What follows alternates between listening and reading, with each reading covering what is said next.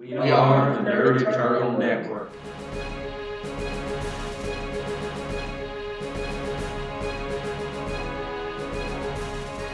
Hello and welcome to Icons, the Wider World, here on the Nerd Eternal Network. I'll be your GM for the morning, Jason. And with me as usual will be Mike playing Everlast, and anyone. Curtis playing St. Moon El Bruja, and Emidan, yeah. Emidan. I'll get it right eventually. And I'm probably saying it wrong too. Well, that's very encouraging then. And Zach playing Wolf Witch and Starbound. Now, as we left off last time, I believe y'all were in the... Was it the Brazilian rainforest? I think so. Yes. I think you were kind of in the northern part of the Amazon. Where you had tracked... I believe Wolf Witch and St. Moon had worked together on a tracking spell that you had managed to follow Everlast down this way. Some investigative work you had done, it also pointed towards the route the Pantheon would be taking as far as, they headed west out of Lafayette to a small airstrip they had. Kind of not a full base, but like a safe house. And all that was backed up, the tracking spell kind of backed up them traveling that way and then heading kind of southeast across the Gulf of Mexico and down into South America. So you had tracked them to their base. Via the tracking spell, it figured out that Everlast was being held in an underground portion of the facility. You had, of course, united two teams to do this, and you had divided yourselves out basically for a surface strike force and for the squad that was going to... I think y'all had figured out you were going to phase through the ground. I think Slapshot was going to do that for you. So you could all essentially just hop out and fall through to the underground level.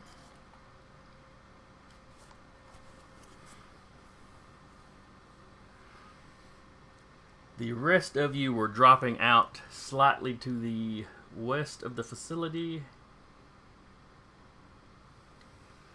which is out where their little landing area is for their chariots, I think is what the members of the Pantheon you question had called the things, but basically they're vertical and takeoff landing vehicles. They're Quinjets for all intents and purposes. Let's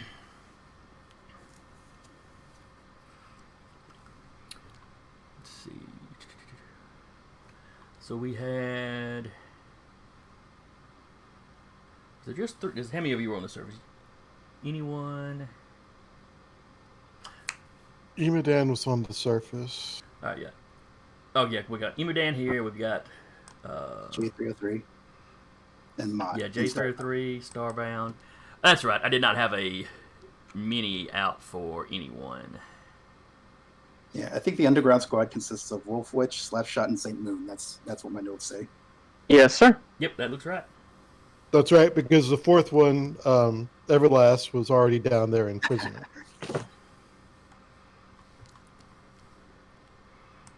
She's an overachiever. She got there early. All right.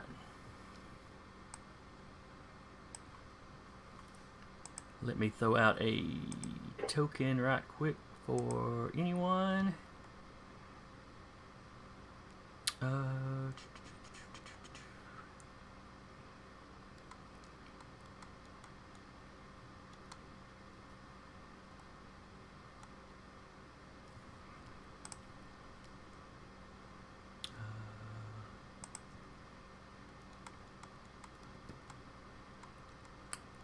And he was looking pretty normal right now, wouldn't he? He had adopted the appearance of Mid-20s, Korean male. Yeah, just basically like jeans, shirt, backpack. Yeah, pretty normal. Well, if Roll20 wants to finish loading my assets here.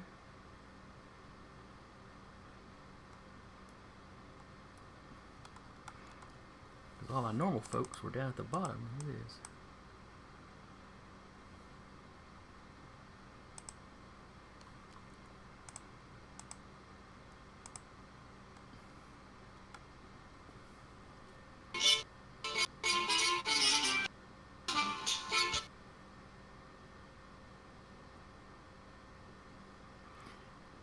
Oh well, you're gonna get this scraggly haired guy because that's who I can actually. That's who it'll actually upload that I can put on the map. You could have changed Honda way to Brazil. Alright, character represents.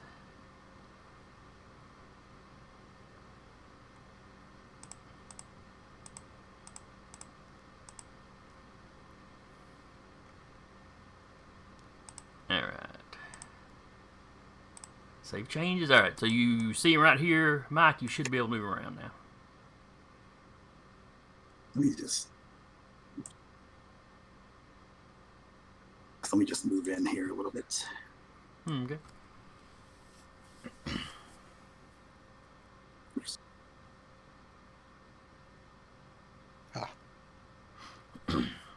Mine's easy to spot this time because of all the fire. Yes. I see the scraggly. Okay. Yep. I can maneuver the icon around. We are good to go then. Alright, now, were your surface guys going to attack first, or were the underground guys going to drop through, Sand's distraction? I think the surface team was going to attack first. Okay. I don't remember specifying, but that definitely makes more sense. Well, it's superheroes. It doesn't have to make sense. Well, that... As long as it's noisy. Well, the vehicle you're in was the Spirit jet you're in was basically going to buzz the base and drop you all out, if I remember right. I do believe that was the plan. Though we had discussed y'all might be able to do it at a decent altitude, though. Because I know Starbound is telekinetic and could probably get you all down relatively safely.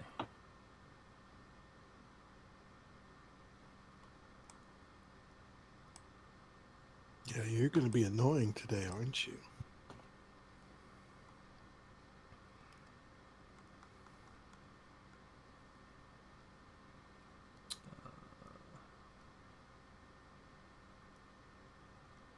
Where did I put it?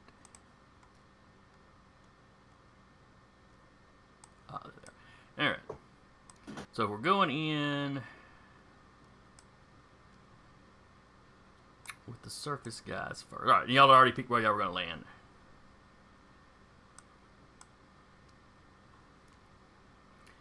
Oh, and this go around, I am probably going to be using the minion rules, which was, I forget if that was out of A to Z or if that was out of Presents, but so if you see a whole mess of Sword Saints, don't completely freak out.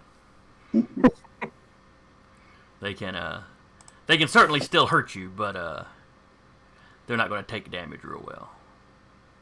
Yeah, we're going to use Dominion rules for my dog and cat, too.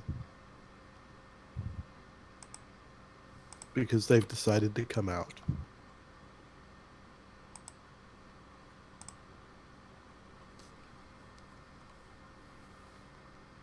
Might help if I got on the right map, too.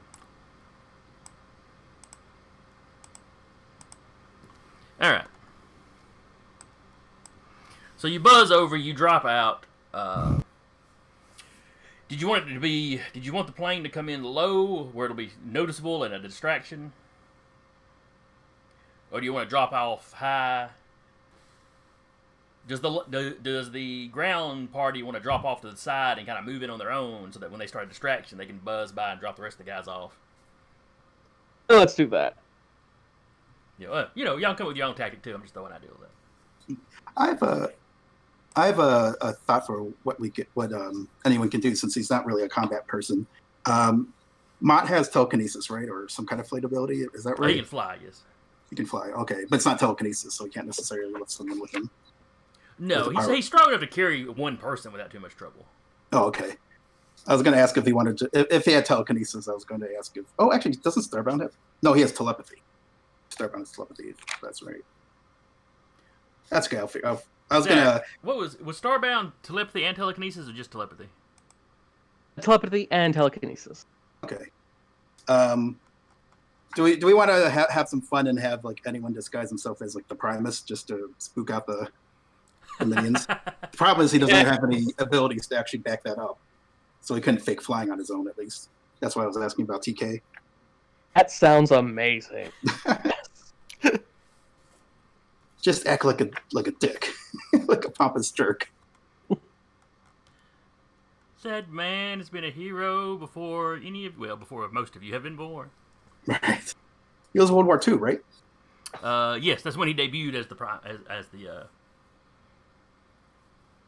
was it the Primus? Yeah, it was the Primus. Yeah, it was definitely he was definitely one of those superheroes. And it was something with P because he got a big P on his chest. Right. That's right. But that was my one thought for what anyone could do to contribute to the fight. Hi, Dubbles. Hi, kittens.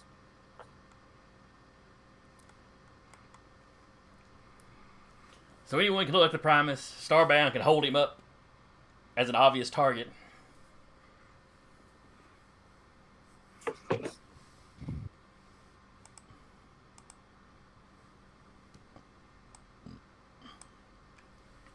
Alright, so if y'all go flying in, let's see. Starbound would need to... Can Starbound fly himself, Zach? Yes. Okay. So he could go in carrying anyone and J303.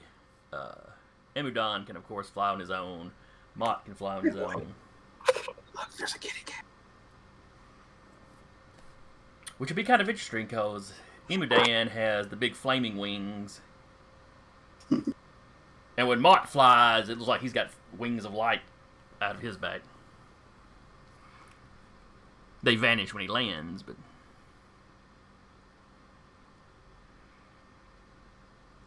And then if anyone looks like the Primus, he's got a bright yellow cape, I believe.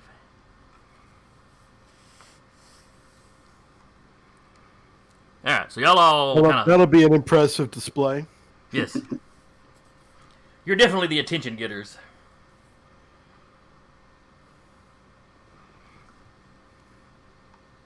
Just sort of charging in with the here I am attitude.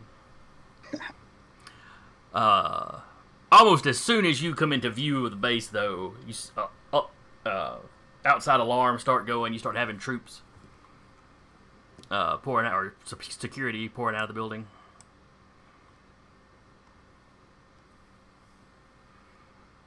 So is this far, the part where we're not supposed to freak out? It could be. Except none of the guys pouring outside right now look like Sword Saints. Right now it all looks like kind of hired security. Which you had spotted... it's hard to see them on this map, but you had spotted several guys already patrolling. Just kind of typical soldier-esque. Could easily be mercs or whatever.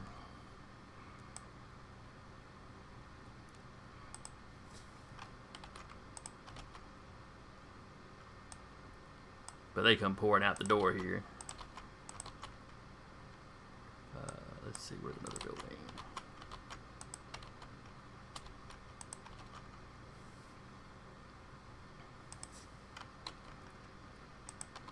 And a couple out of these side buildings. You really can't have too many guys with guns.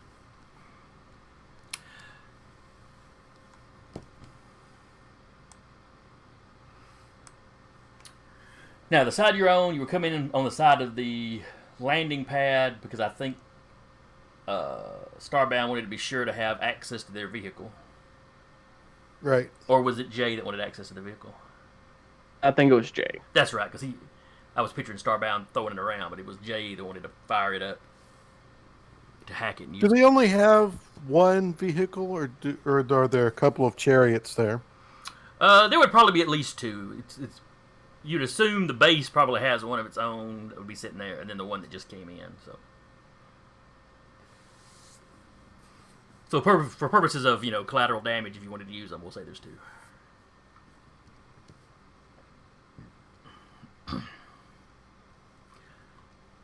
All right, so y'all are swooping in there. The troops are running out. Let's go ahead and get an initiative because clear all the turns. And I'm just going to give all the minions one turn.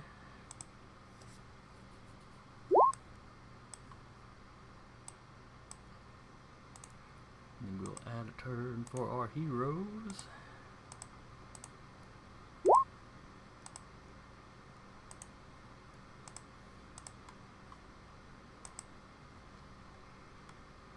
Alright, so anyone has gotten an 8. Emudan has gotten an 8.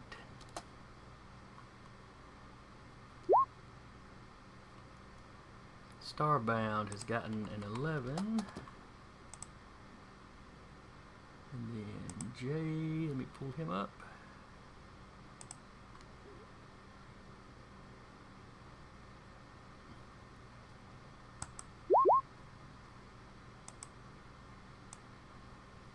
Jay has gotten a 7. And then the baddies.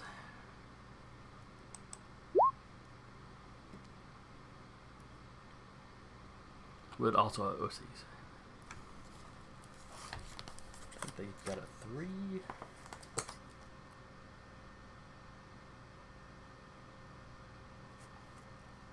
Yeah, they've got a 3.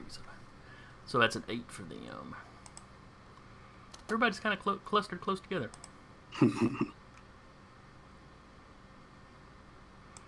In descending order. Alright. Alright, so you arrive. People start pouring out. The jet kind of drops you off to the side, and then it's going to circle around, give y'all just a little bit of time, be a couple of rounds. And then it's going to swoop by and drop off the second team kind of in the middle of the facility. So we'll do 2 rounds with this team, switch over to the team going below ground. When we get their initiative order, we'll start going, let's see, swapping the maps back and forth would be confusing to do that, to do just one initiative list for everybody. So after that, we'll do a surface round, subterranean round, surface round, subterranean round, to keep all the events kind of in order when they happen. That way, if there happens to be a massive explosion underground, it'll affect the guys above ground at the right time. Just an example I plucked out of the air.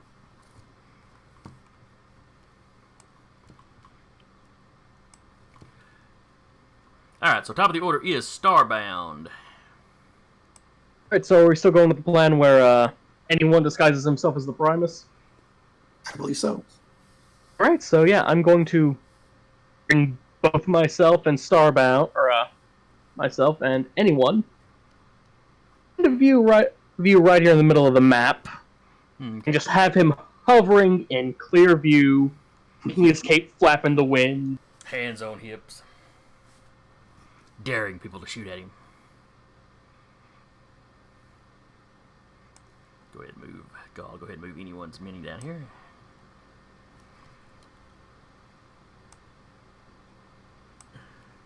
Alright.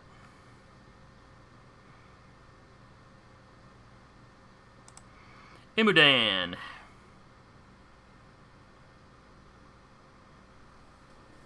I am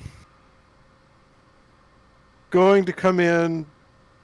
I'm going to use my dimension, or is that the right? Yeah, it is.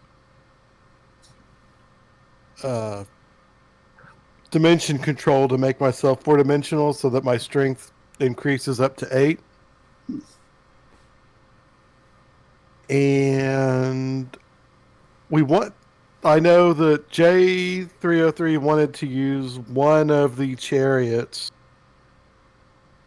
If I've still got an attack, I will go to smash the other chariot so that they don't have a way to escape. Okay. So you jack your strength up, and then just sort of plow into, one of the planes. Right. I'm picturing you just kind of hitting in the middle of the back, and just the whole plane just kind of goes snap. Yeah, that's kind of my goal. I, at least want to damage it enough so that it can't, fly. Maybe they could repair it later, whatever. I don't care, but I don't want it to. You punch through the roof, and then you come out the bottom, and now it's kind of bowed like an old swayback horse. That'll work. It is definitely not air capable at the moment. With an 8 strength, I think you can pick up like the Empire State Building. So a plane's not going to be a big hassle for you.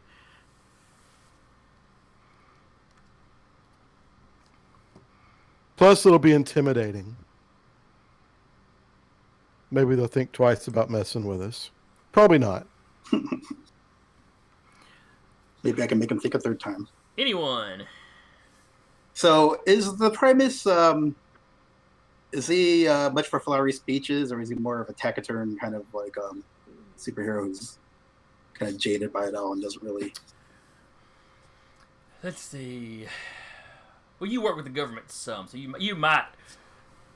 I mean, he's the Primus, so everyone would kind of know his... Yeah, in his earlier days, he gave a lot of the kind of flowery, Superman, Captain America style speeches.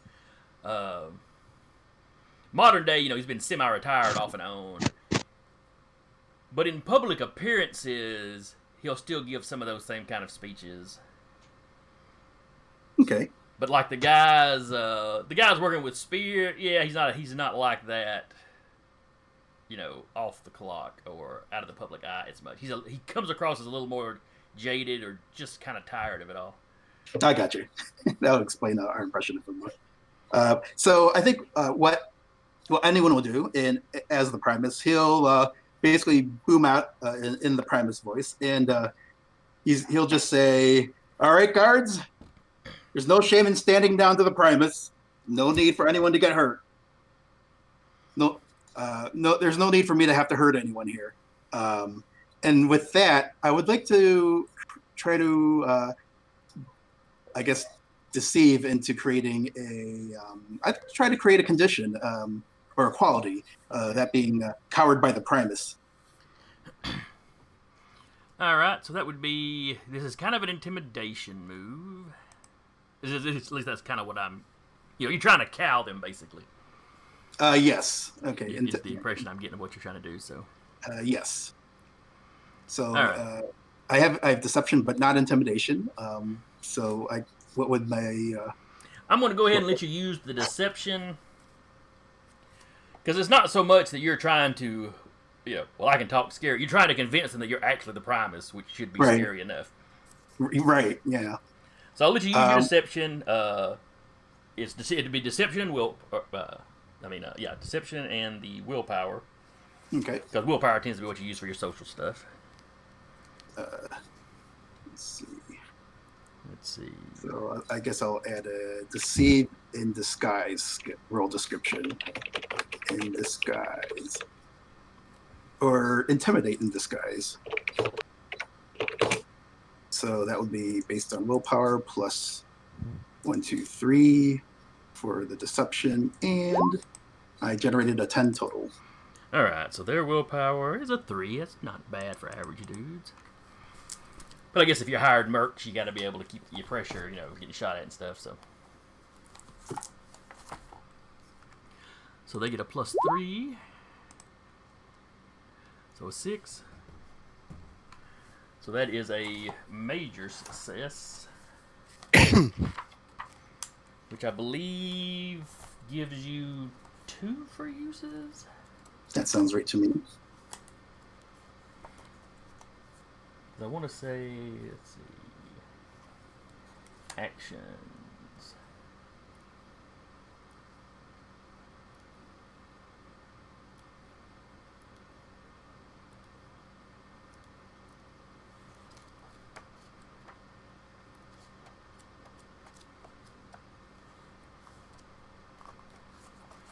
Learning and creating qualities. There we go. Remind me when we wrap up today, and I will sit down today and do me a little cheat sheet that I can keep in my Google Notes for some of these little charts and stuff that I need. All right, so let's see. Marginal would be if y'all tied. Yeah, moderate gives you 1 free use. Major gives you.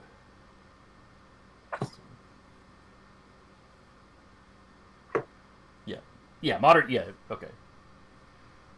It's moderate's 1, major is 2, and massive is 3. So you got two free uses of. What do you want to call this? Maybe. Oh crap! It's the Primus. Oh crap! The Primus works just fine.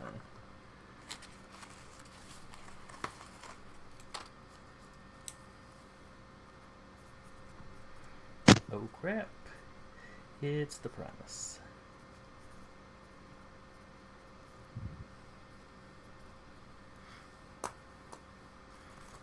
And you currently have 2 uses.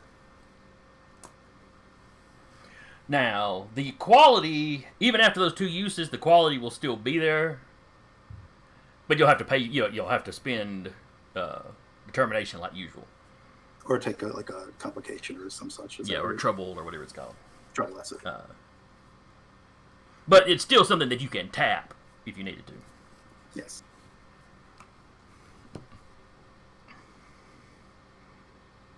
Alright, next up is the baddies. Alright.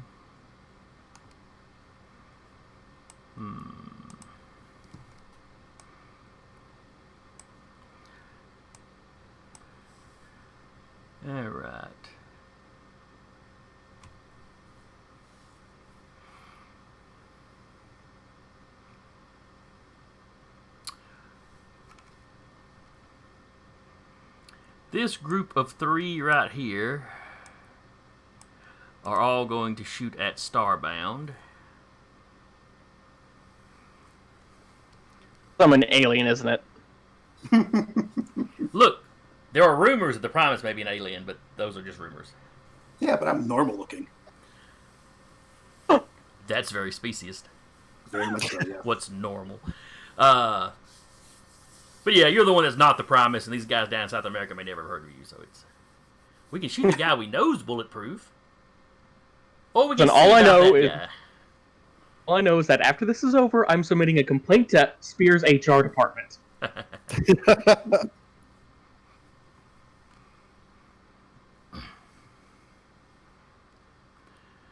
Alright, so those 3...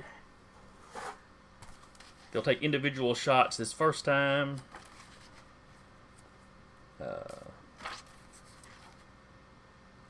Until they know whether or not you're bulletproof. And truthfully, off the top of my head, I can't remember if you're bulletproof or not. No. Oh, good. It's something I should probably correct at a later point. Alright, so this would be their coordination, which is a 3 like their willpower. Oh, that makes sense. They're mostly average guys. Alright, first shot. Alright, you dodge that one, no trouble. The second one shoots. Ooh. Let's see. That'd be a marginal, which in combat is basically a failure. So you kind of feel the wind off of that one, though. Or maybe you feel it crease your suit or something. Yeah. And the third one. Ooh. Now, in combat like this, how does Starbound dodge?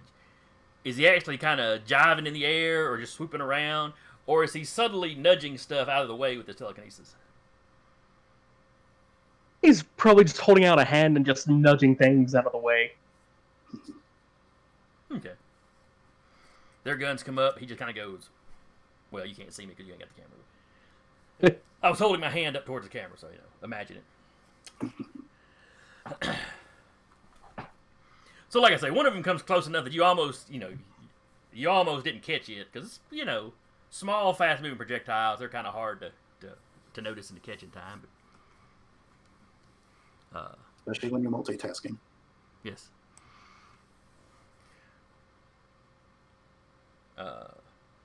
Yeah, all three of them kind of lower their guns when they see you do that.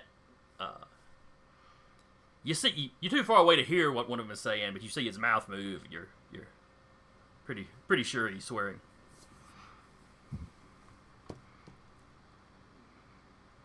That's just rude. All right, then it was Jay. And all I really remember was that. I think Jay was hanging back towards their plane. Yeah, he is not much of a frontline fighter if he can help it. So I believe he is going to be trying to hack the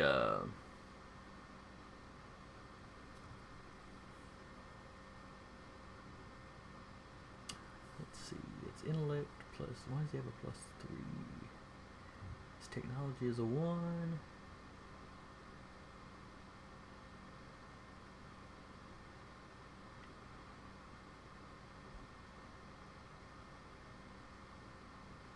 Oh, his interface. That's probably what they gave it to him. Okay. Alright, so Jay begins to talk and beep. Boop.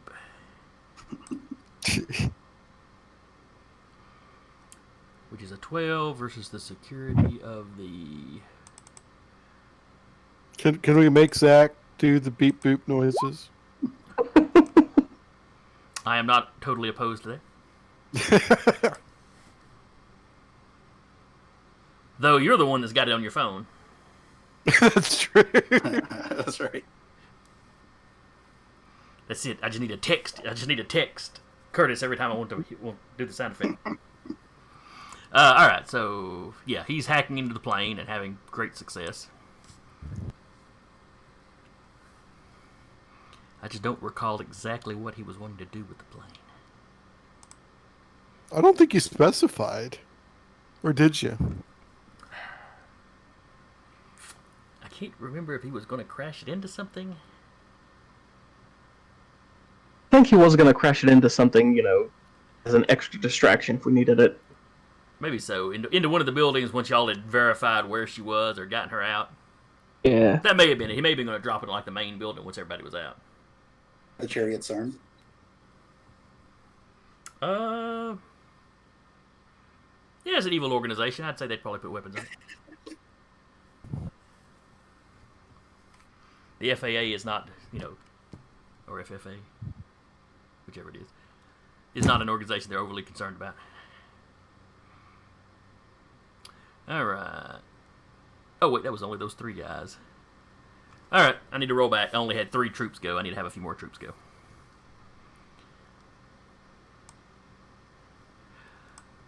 Let's see. These 3 here are going to go ahead and shoot at the Primus.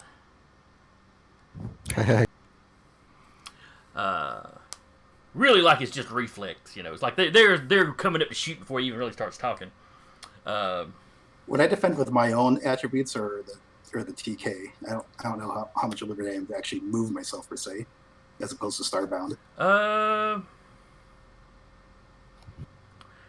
I would say that you would probably you could probably. I'm going to assume that he's not just holding you tight, immovable. So I'd say you could probably move around and spin yourself around a little bit in the air. So I should roll with my coordination? Yeah, go ahead and roll with your coordination. Okay. Well, looks like I'm getting hit. or at least the TK field's getting hit. I don't know if this actually counts as an actual force field. It may not. You may just be holding me alive. I don't believe it does. Yeah. That'll be Yeah. All right, so that's the first shot. The second shot.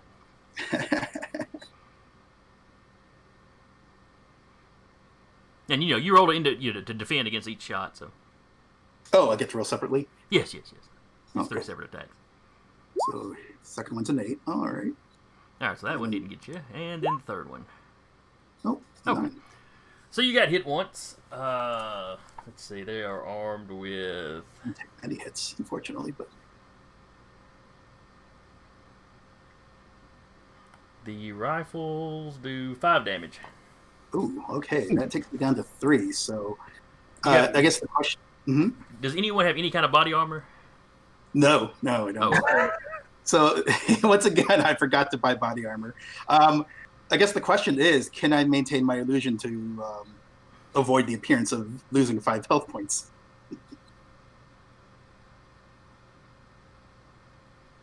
That's a good question. Give me a roll. Let me grab your sheet.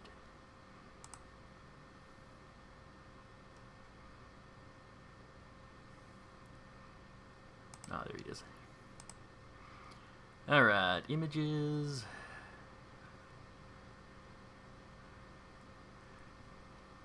Give me a roll with your images power. Okay. And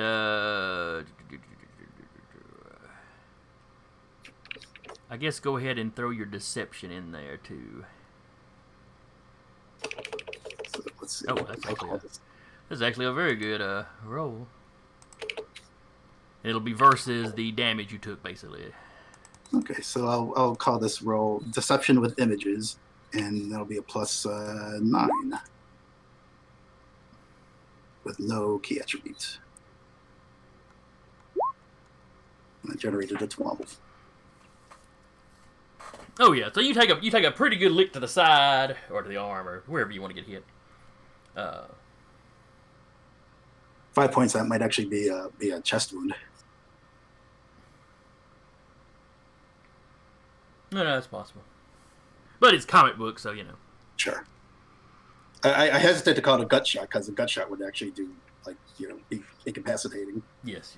But yeah, I definitely got hit. So you take the hit. You manage not to break character.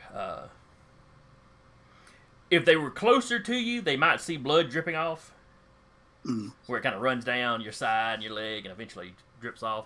But they're far enough away that they're not really noticing drips.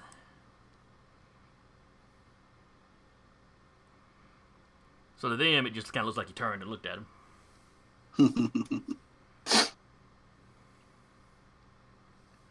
All right, let's see. That was that 3.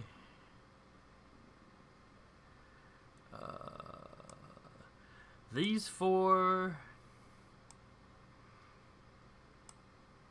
on the order of their commander take off towards the airfield because they've heard the big crash of the plane getting taken out. Which leaves 2 more guys. I guess they'll shoot at Starbound. Oh. So you need to defend against a 4 and against a 7.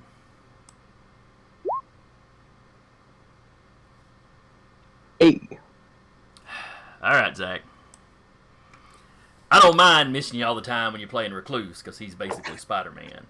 He's super agile. I don't think Starbound is supposed to be super agile. Coordination 6. Pretty darn agile. Okay, that's peak human. That's Olympic athlete level anyway.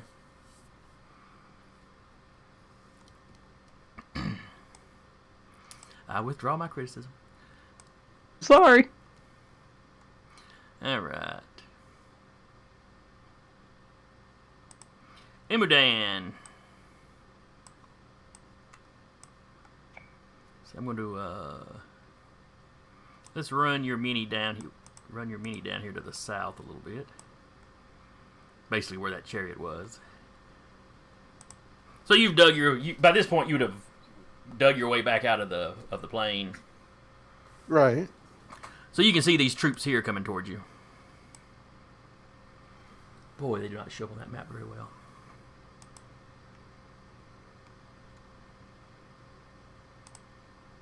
Okay, I will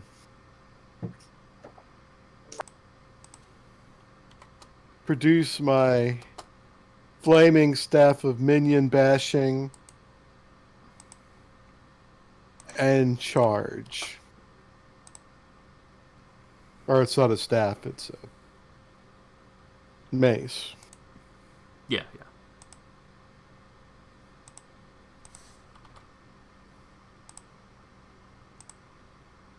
Maybe they'll show up a little bit better that way.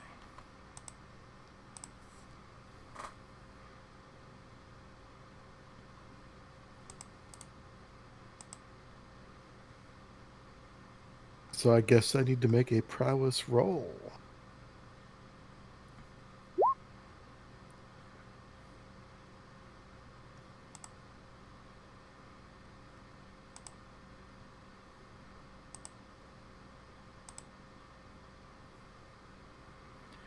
Alright, so your prowess versus their prowess.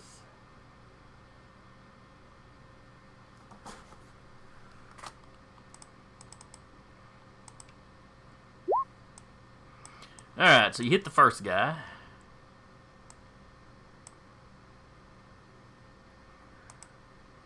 And you currently got like an 8 strength or something?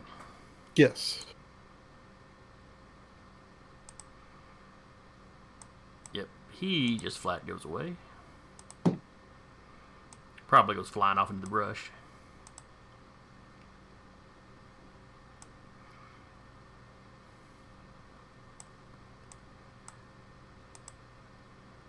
Anyone? Right. So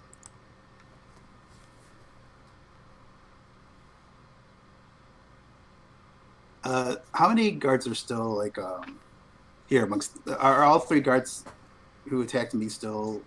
In, All right, you in got the 3 arena? guards right here. Let me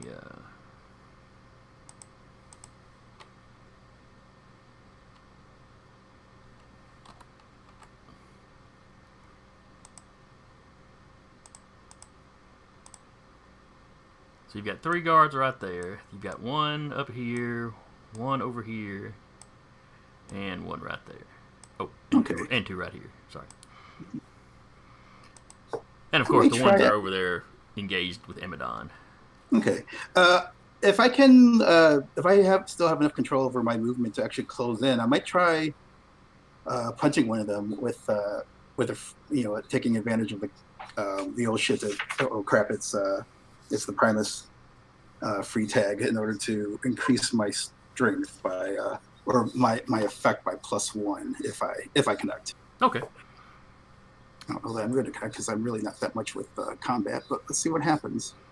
Well, these are minions, so you've got a shot. It's true. I've generated a 7 total. Okay. And did you have a particular one in mind you wanted to go after? No, probably one who shot me. Which was... That's right, it was one of those initial 3, so... So with a little emotion, I'm going to assume that Starbound kind of throws you at him. a controlled toss. Yeah.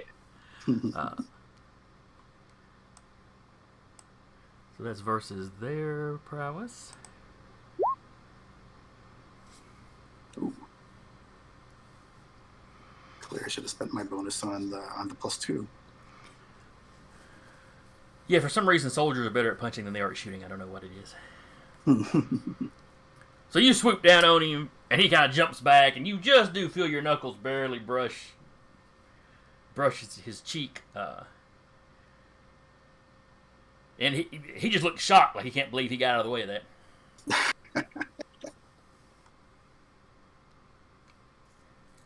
I'll try to cover it by saying, okay, this is your last chance. Like that was pretending that was a kind of another warning shot. A warning shot. Yeah. So that is 1 use of the Oh Crap, It's the Primus. Yes.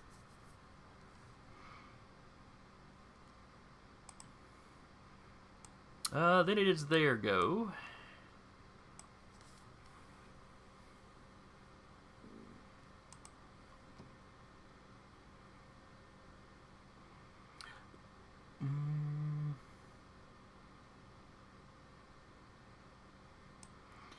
Alright, this one runs over here.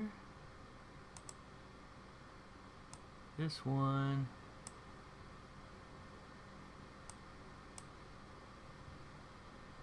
What the...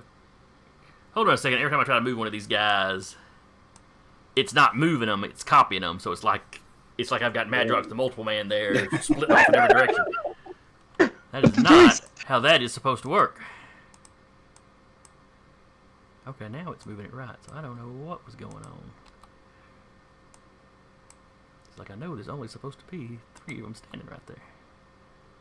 Alright, so one ran down there. And the guy you sort of punched runs back into the building. Basically, they scatter like they're looking for cover or something. That's a relief. Because you got to remember, from their point of view, yeah, they just lit you up and that didn't do anything. Right. And, you know, you're the Primus. They shouldn't have expected it to.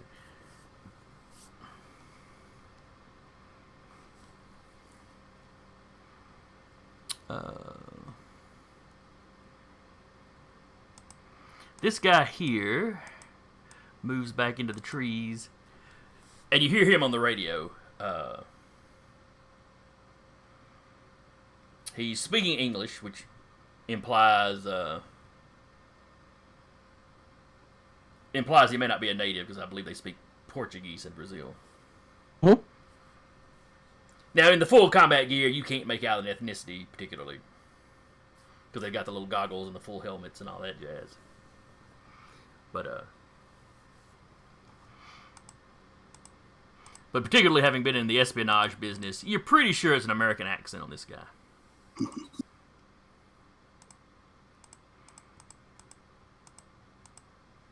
Can we hear what the guard is calling for? He's calling for backup.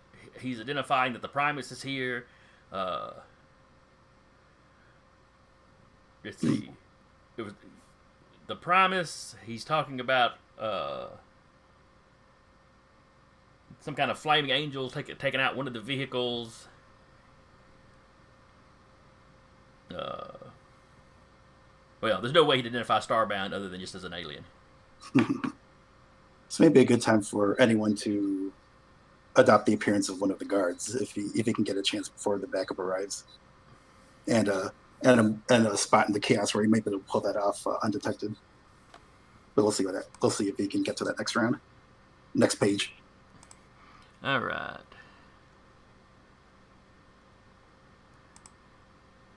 This guy ducks into the building but fires at Starbound through the door.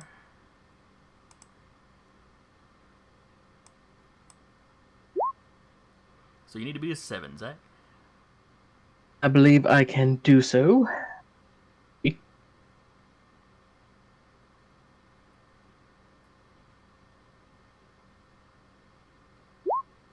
Yes, you can do so. His buddy's standing here, doesn't move, but also fires. And I bet you can beat a 5, too. I'd have to roll something negative to do that, so... These 3 notice that people are having trouble hitting you. You know, you just keep kind of motioning with your hand, and bullets go whizzing off in oddball directions. So they're going to try to concentrate their fire. Basically, they're going to aid each other. Combined effort, I believe it's called. Let's see.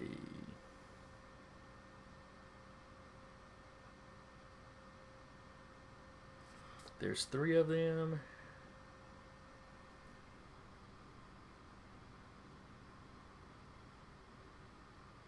Yes. Okay, so 2 of them will combine their effort. Which means one of them will roll, but he'll be rolling with a +1, I think.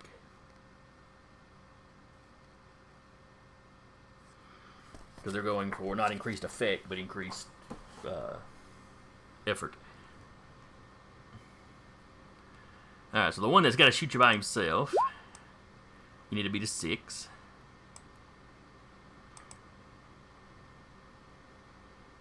And the last two fire together, which is effectively is giving one guy a +1. Hey, that's just getting weird. Well, you know how the dice roller is on Roll20. It likes to get into these little... Yeah. Grooves. Yeah. I'm still confident that it evens out. You know, if you did 1,000 rolls, it would all even out to the probability. But Yeah. and then we got 3 guys firing at Imudan. I can take it. Or maybe not. We'll see. All right, first one rolled a 6. And you'd be avoiding these with your coordination.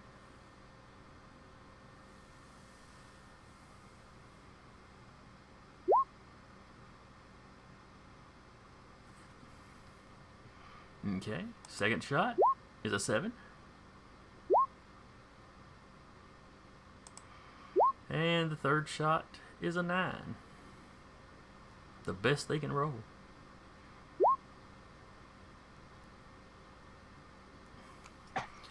Alright, so they miss all 3 times. Foolish mortals. It's always fun when you have a character that can say that.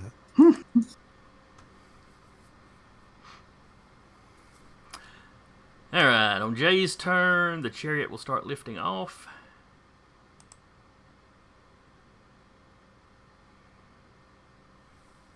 And then I believe that gets us... That's us 2 turns in, I believe. So at this point, the spear jet comes flying back through, dropping off the second team. Now this whole time we've had Slapshot's token on the board. That I want to say that was the marker I put down for more or less where you were sensing, where the detection spell was sensing Everlast at. Oh, one thing I am going to do before we switch over to them, because he'd have had 2 turns. Because I forgot to put Mott in the initiative order. One thing he would have done...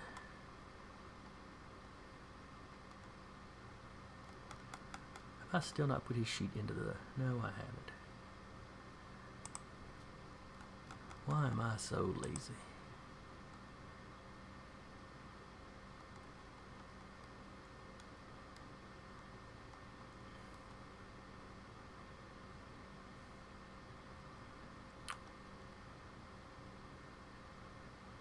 Ah, there he is.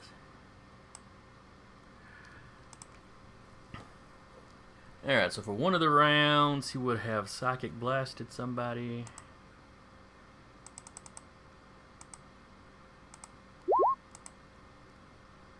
Their willpower is a 3. So we're going to say that one of the other guys facing Imudan has gone down.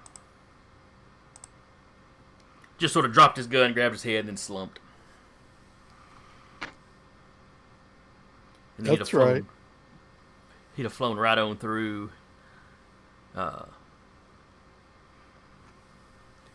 where the Primus has the Primus has landed on the ground and took a swing at that guy. Mott is kind of floating just a little bit above his back, and you see this kind of burst of golden light out of him. And he is going to heal the Primus. Oh. It won't be, the light is obvious, but what exactly is happening isn't obvious to any observer. But healing is kind of one of Mott's big things. Mm-hmm. Alright, healing and restore lost stamina. You can restore twice your power level and stamina to any given subject in an issue. More than this, the same issue requires determined effort.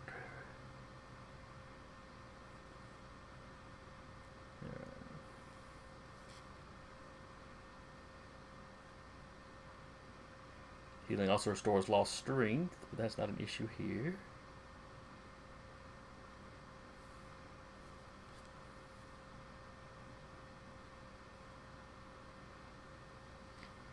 Alright, so he's got 5 ranks of healing. I don't think there's a basic healing doesn't appear to be a role for it. See if he starts trying to heal strength loss, that starts to be an issue. Okay. So anyone gets 5 health back. Thanks, kid. Now he can only do that for you one more time, since he's an NPC and does not have determination points to spend.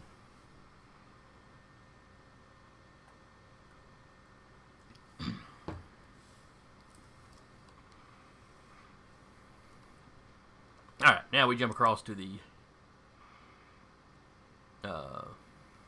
to Team 2, who basically all come piling out of the back of the jet, essentially holding hands, I think.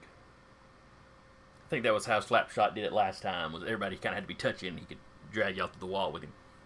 Yeah. I believe so. So y'all drop down, like I said, right here on this spot that he was marking, which jumps you over to this map.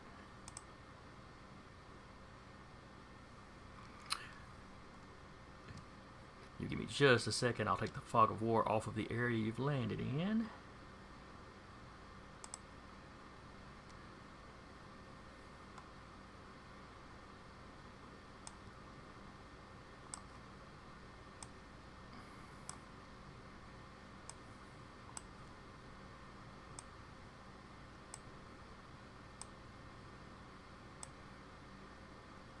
Oh,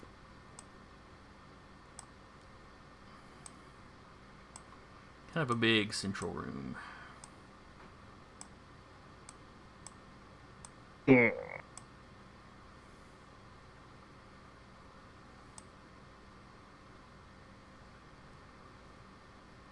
Let's see, is there anywhere else y'all could see into? No, that looks good.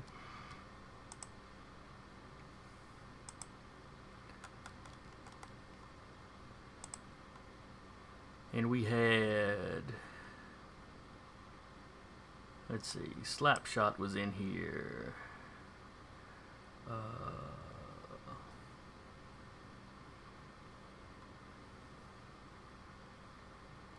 Who was it? Slapshot, Wolf Witch, and Saint Moon? Yes. Yes. Alright. There's Wolf Witch. And Jay Ramirez.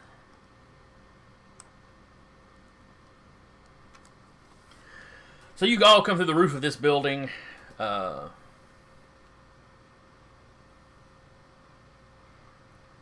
you hit this sort of glass dome looking thing in the center.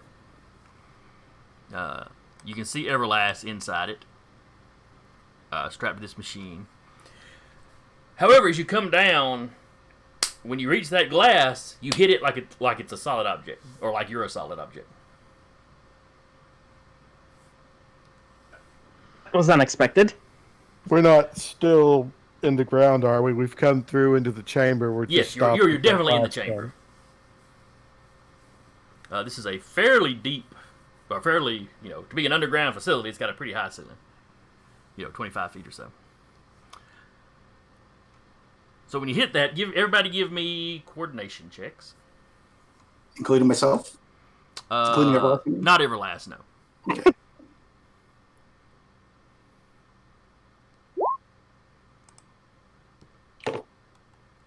Ooh. The worm has turned. Could.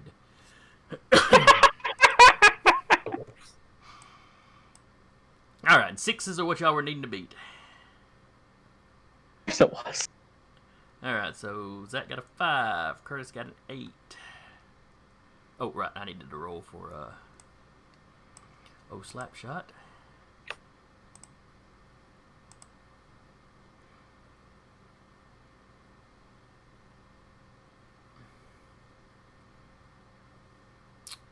No, I take that back. I do not have to roll for Slapshot. He has got wall crawling. With the temporary flaw, which I'm not sure what that means. Maybe that means he can like wall run, but he can't just stay there, so he has to finish his move. Anyway. So, when you hit the top of that, everybody loses their grip. Goes solid, and you all start sliding off the dome in different directions. Everybody that succeeded can land where they want to. People who did not succeed, I'll put somewhere disadvantageous. All right, somebody tapped a blue over here. Who's blue right now?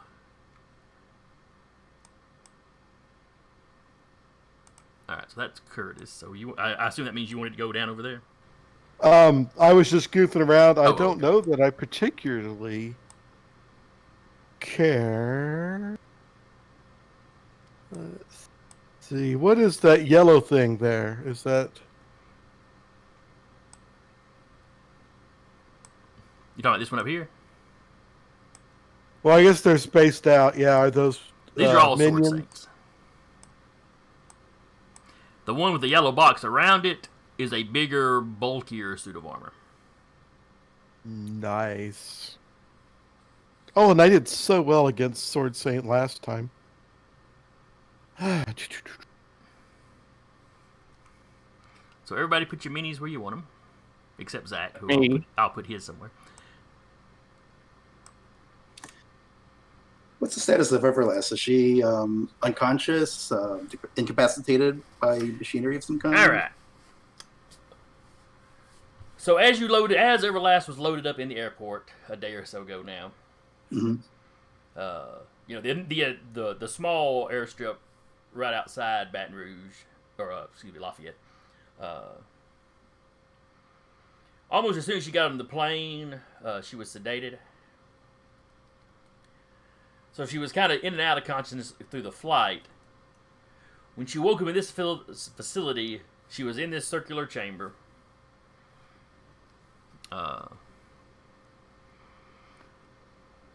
In the center of the chamber is this large machine. When she woke up, she was already in it. They were doing some sort of scans. She's really not sure. They've let her out of the machine periodically, but never out of this domed area. All they've told her, and by they I just mean whoever it is in that larger suit of armor has been doing all the talking. The other Sword Saints appear to just be there for security. But apparently the entire dome device is designed in such a way as to stop any sort of... He referred to it as sort of dimensionally stabilizing or dimensionally locking an area. So she's been unable to use her ability to drift off to her... the secret base she has in the Realm of the Dead. As well as apparently Jay's phasing ability could not penetrate it. No, not Jay, Slapshot. I think she should refer to it as her happy place.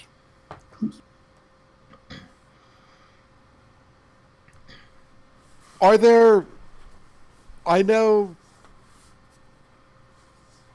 most of the equipment is probably inside the dome, right? We don't see any obvious control panels or anything. There's no outside obvious... of it. Yeah, there's no obvious control panels attached to the outside. Now, there is computer equipment on some of the walls in this chamber. These little rigidy, bumpy things on the sides here. Okay. The big suited guy seems to be working controls on his armor. Presumably there has to be a power source, but you don't see any external cabling. So it may be run through the walls, or this is a superhero world. They may have broadcast power or anything, but you don't see like power cords plugged into it or anything just super obvious and vulnerable like that. Okay. I'll slide down here since I've got some control over where I land. Okay.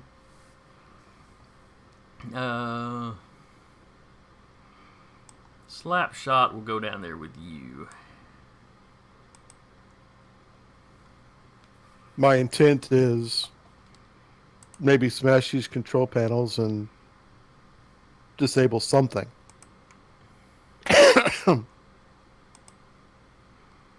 Alright, let me add everybody a ton. All the Sword Saints. All the normal Sword Saints will go in one turn.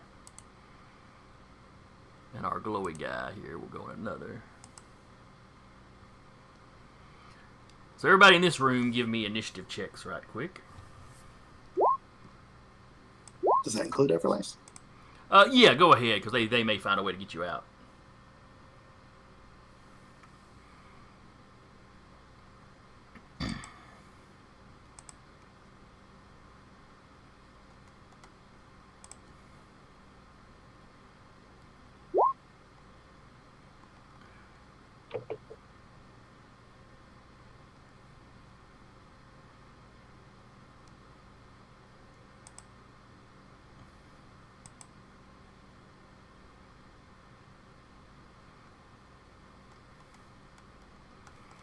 Where did I put the Sword Saints?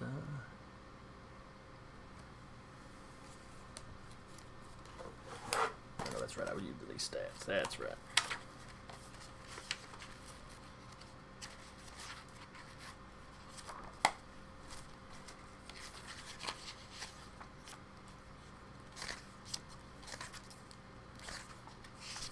There we go. Alright, so their coordination.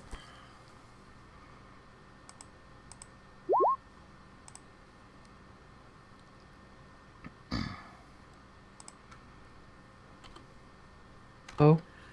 And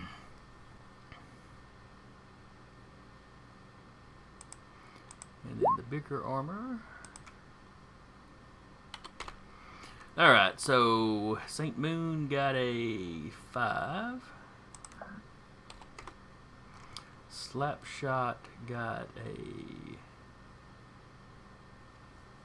Oh, I pulled his sheet up, but I don't think I actually rolled for him yet.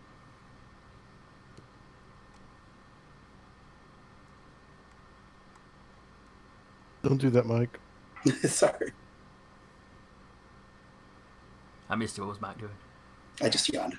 Oh. Yeah, don't do that. It's contagious. None of us have our masks on. No, we don't. I'm not sure. It's ironic, given it's a superhero game. Ah, there he is.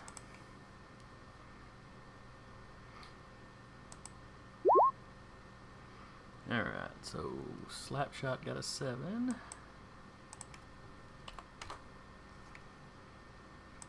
Wolf Witch got a 8.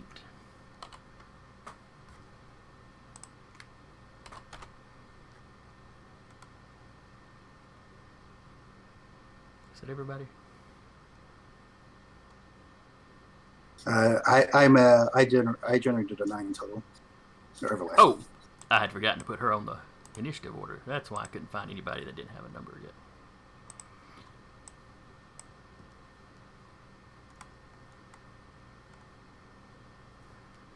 Alright, and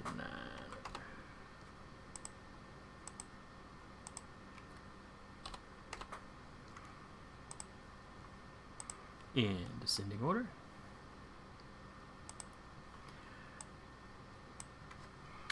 All right. Everlast, you can see out of the machine well enough to see let's see the direction she's facing. We'll say you can see Wolf Witch suddenly come sliding down that dome. Landing without a whole lot of grace. You know, she hits feet first, but then the feet slide out and she kind of lands on her bum. Everlast smile. I think that's a graceful landing for 300 years old. I'm sorry, true. how old did you say? 300? Is that right? Are you saying that is Saint Moon? No, I'm talking about Wolf Witch. Oh, damn. Okay, yes. No, she's only 200. I think he was asking if St. Moon was saying that in character. Oh, it was a pretty graceful landing for a 300-year-old woman. Oh, no. Now, Adita would totally jump on that, but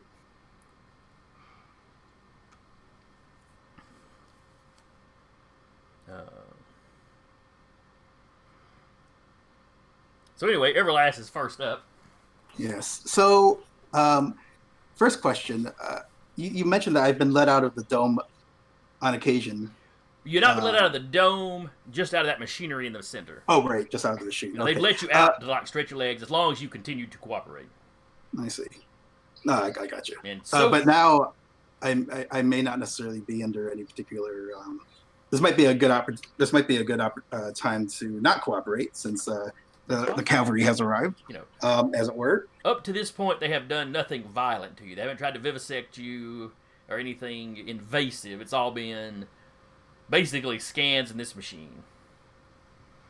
And just talking to you, asking you questions about how your abilities work, and Well, yeah, maybe we could just resolve. I would like to.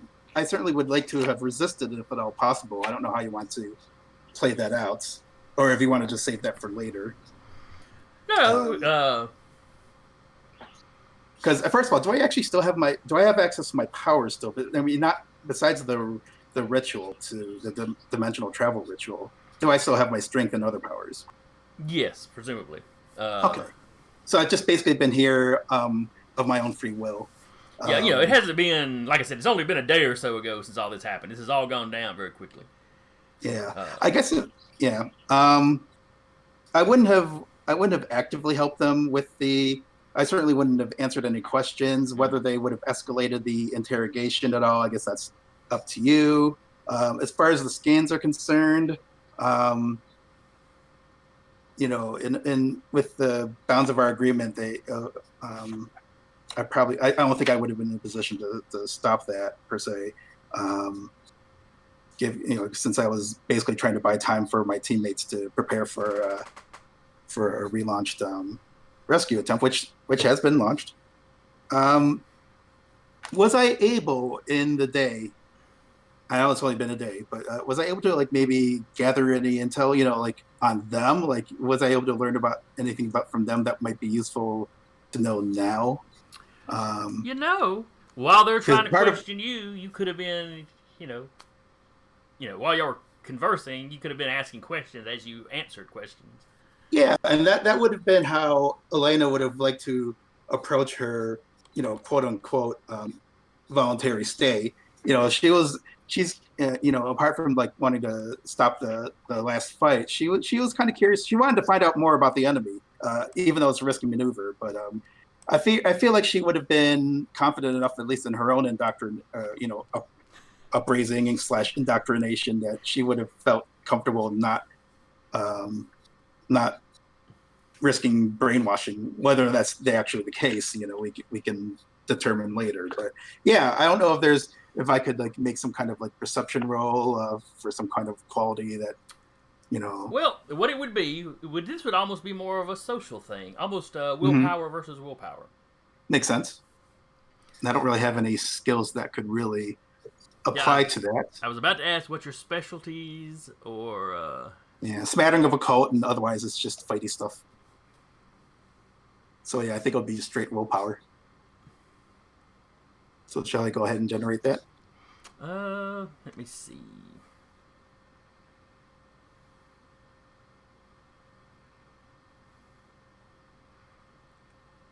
Do you have any qualities that could help you with this? Oh, well, I was raised by mystics, so I kind of know a little bit something about how these kinds of organizations work. Maybe that could give me some insight to how you might want to approach the headsman versus this guy in the bulky suit of armor versus the run-of-the-mill sword saints versus whoever else I might have been in contact with over the past day. Well, the sword saints have mostly not been speaking to you. Okay. Pretty much all the talking has been either this heavily armored guy that seems to be in charge. Even the headsman acted differential towards him. Oh, really? Okay. Not to the level the sword saints are. You almost get the impression of them being a little scared of this guy. The headsman didn't seem scared of him. It was just more of a respectful. Is this the Haruspex? I believe the headsman, when he first met Everlast, he mentioned his boss by name. Would that be the guy in the armor?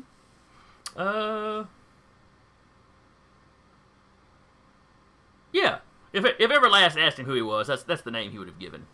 The Haruspex. Okay. And the Haruspex has not talked to me over the past day. Oh, he has. That's what the willpower roll is you trying to get Gotcha. trying to get information out of him while he's trying to get information out of you. Yeah.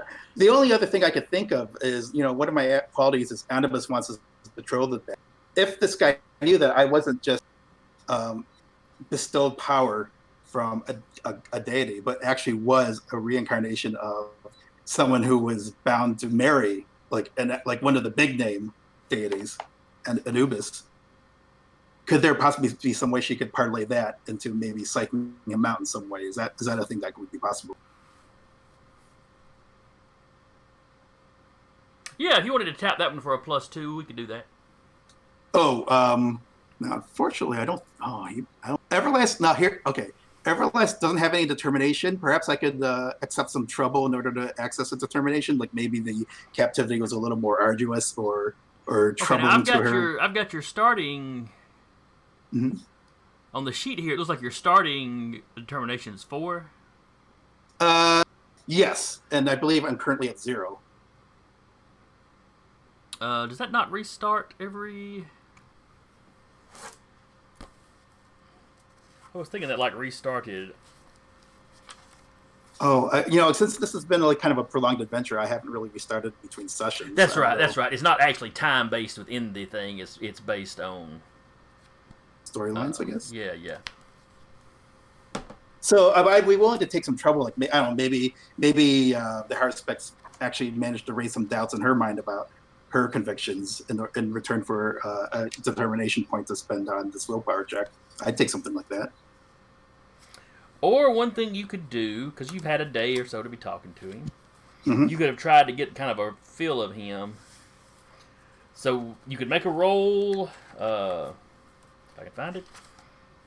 It's basically the same roll to put a condition on somebody. Oh, maneuver? Or put a quality on them, like you did mm-hmm. with anyone. Yeah. But you make that same kind of roll to figure out what one of their qualities are. Yeah, that sounds like a good call. Now, if I wanted to spend, would I be able to tap both? Theoretically, would I be able to tap both Raised by Mystics and Anubis wants his betrothed back if I managed to score up 2 activations of a quality? Well, let's see. If you figured out one of his qualities that was applicable, you could tap that one.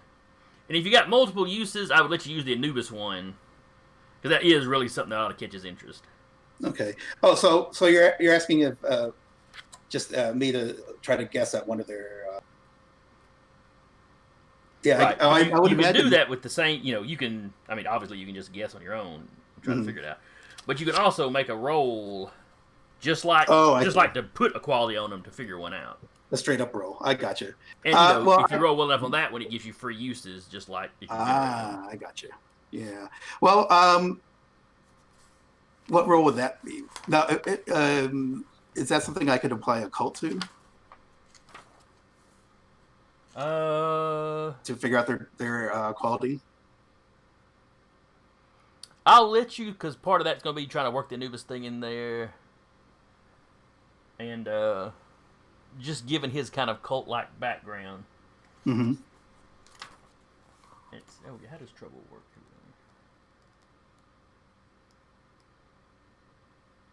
Challenge compulsion.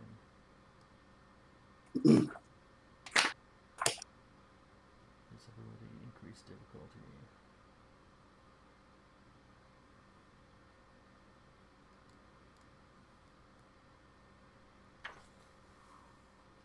Alright, let's see. Where was that?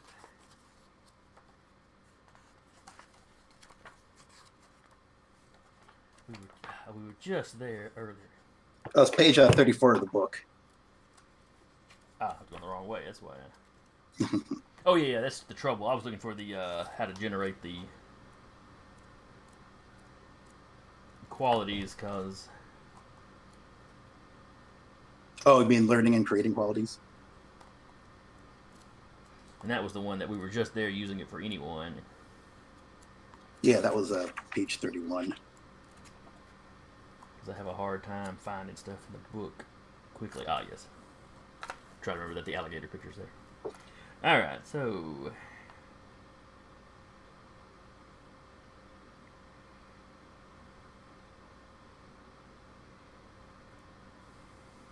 So it looks like there's a couple of things a couple different types of trouble I could take on. yeah, there's the a small list. Yeah, there's the challenge, which basically you create a new problem for Everlast of some kind. There's the compulsion, where you can kind of quote unquote force Everlast to act in a certain way or a certain particular manner.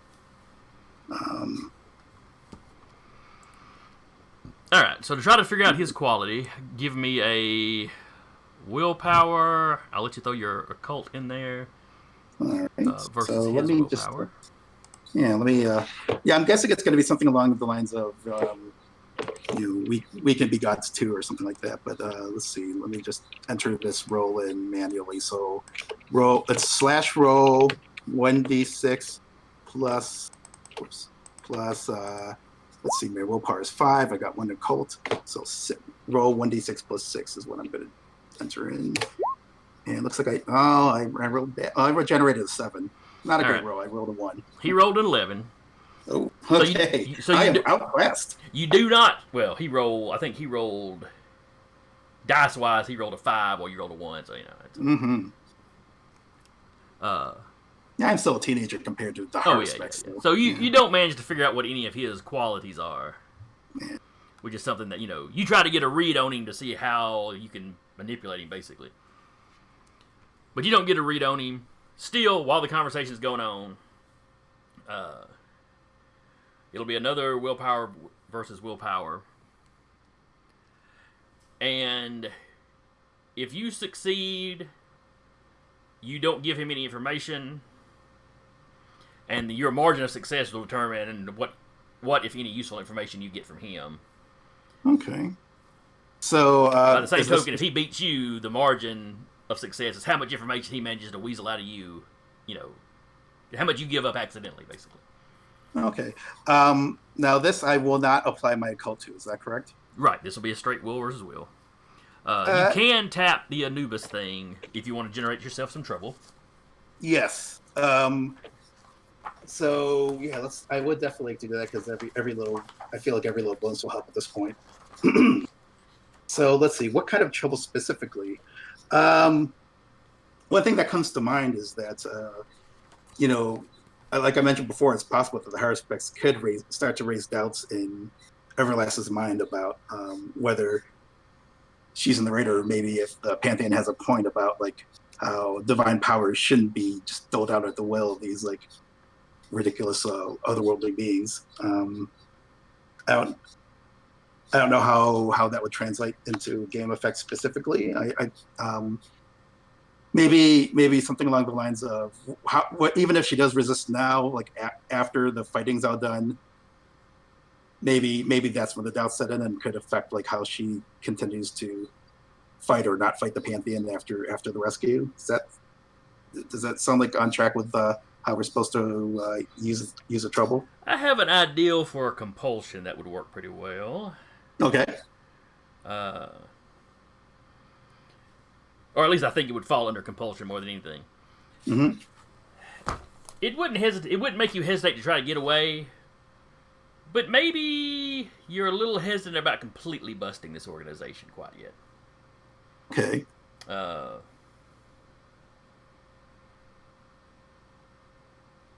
But basically, it's like you said, it's going to put that doubt in your heart as to whether they're completely wrong. And at some point, I will tap that like it's a quality. Is essentially what I'm thinking of.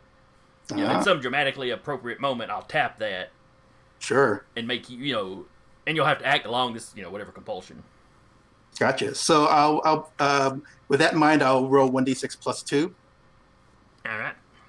Versus his 1d6 plus 2. And I generated another 7. But that's without the benefit of wait, no, that was wrong, because I didn't add my willpower to that. So let me do that again. Sorry. Okay, 1d6 plus 5 plus 2. That's it. And here we go. That's more like it.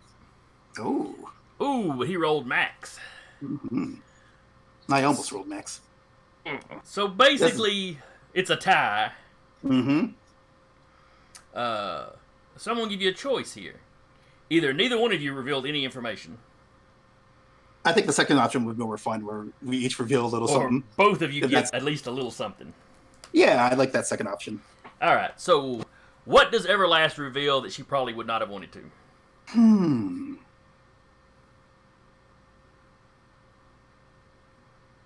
Well, maybe the fact that the champion, my champion Zansu, is hunted by Anubis because she's supposed to marry him. Because that's something I don't want my enemies to know about. Does that sound like a fair revelation? Except that you were tapping the Anubis thing. Oh, okay. You were using that as kind of a bargaining chip to get his attention. Okay, so let me see. Oh, that's true. That's true. So in that case, maybe I give up a little something about the nature of the ritual that brought Zansu back. Not the whole thing, because I wouldn't know the whole thing, but that only one occult. But at least kind of like pointed to which way the Pantheon should be working towards if they wanted to recreate that kind of ritual. Does that sound? How's that sound? I can play with that. Basically, what you wound up doing was going into more detail on the ritual than you had intended. Mm-hmm. And like I could see a situation where they actually formed some kind of like inadvertent bonding over the fact they both were kind of like, I don't know if the Haruspex was raised in a mystical order like Everlast was, but just like I could see them bonding over just how arduous and what a pain in the ass that kind of lifestyle is, and finding some commonality in which she accidentally let something slip that maybe she shouldn't. So Everlast starts talking about the ritual, and having a relatively low occult, didn't realize she was giving out anything important. But you notice in his reaction to it, he's, you've at least dropped some hint that caught his attention. Maybe it meshed with something he already knew from another source. Yeah, confirmation's important. So you're not sure what he's found useful about your story, but something with it really clicked. All right.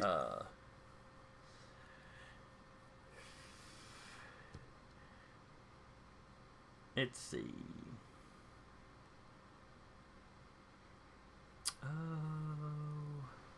Now, what would he have given you?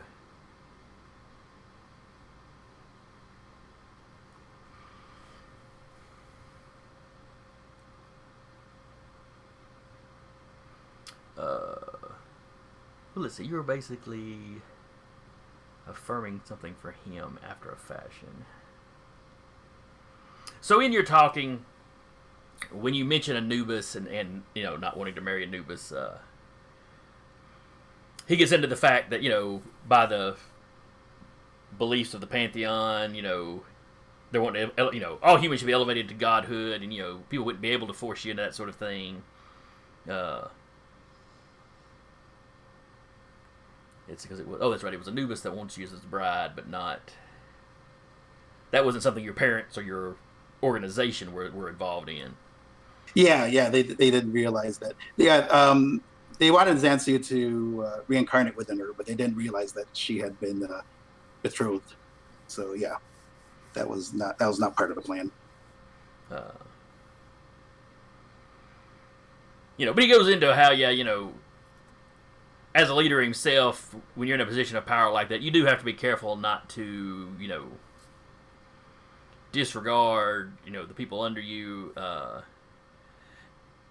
And he catches himself as soon as he says it, but he makes a reference to the company he runs, not by name, but talking about running a major international corporation, which in and of itself does not tell you who he is. But the Haunted were already very suspicious of Amon Sphinx. Already knew he was involved in some way because he's clearly developing the tech. Because it's his house that you wrecked in Cairo and then burned down the one over in Arizona. So he has inadvertently revealed to you who he is.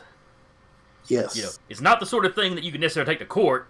This man is this guy, but it confirms it for you. You know, where there might have been a little bit of doubt or a little bit of wiggle room, or maybe the company guy is just, you know, in the cult or just a pawn of. No, you're pretty sure you're talking to that fella. Sure. Okay. So I guess now, do we want to say that maybe Everlast just kind of like putting all those pieces together is what she does for this round? Got a little sidetracked there with my backstory fill-in. Well, truthfully, I had initially meant to take a moment before we started and go over what Everlast's been doing, and it slipped my mind as I was getting everything ready and all. But anyway, we'll say she's had an hour or so to already be pondering all this. When there's suddenly that thunk up above her, and you know, the machine she's in has got a top on it, so you couldn't see the top of the dome. But then you saw Wolf Witch just slide down and thump. So you know. Okay. Well, having seen that and seeing that the rescue was afoot, I guess maybe Everlast tries to crack out of the machine that she's in right now. All right, that'll be a strength versus the material strength of the machine. Let me look at the benchmarks right quick. Material. It's as strong as a fast helicopter. It is as strong as a fast. Well, it's as strong as a helicopter. Fast helicopter is fast. Actually, we may go a little bit stronger than that because that's the regular old concrete.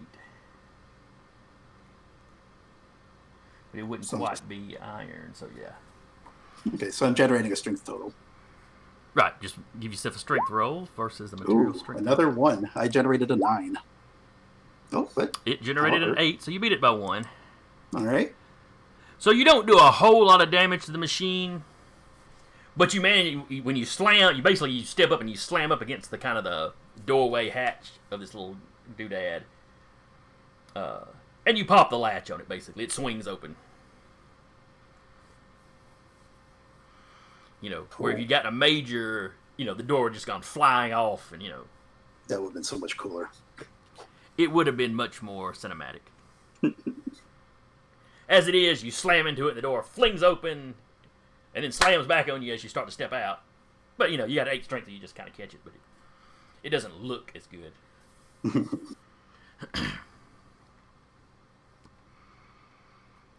But you figure the rest of the team, seeing Wolf Witch's landing, probably won't think much of, you know, won't pay much attention to how much difficulty you had getting out the door. I mean, you at least look more dignified than her.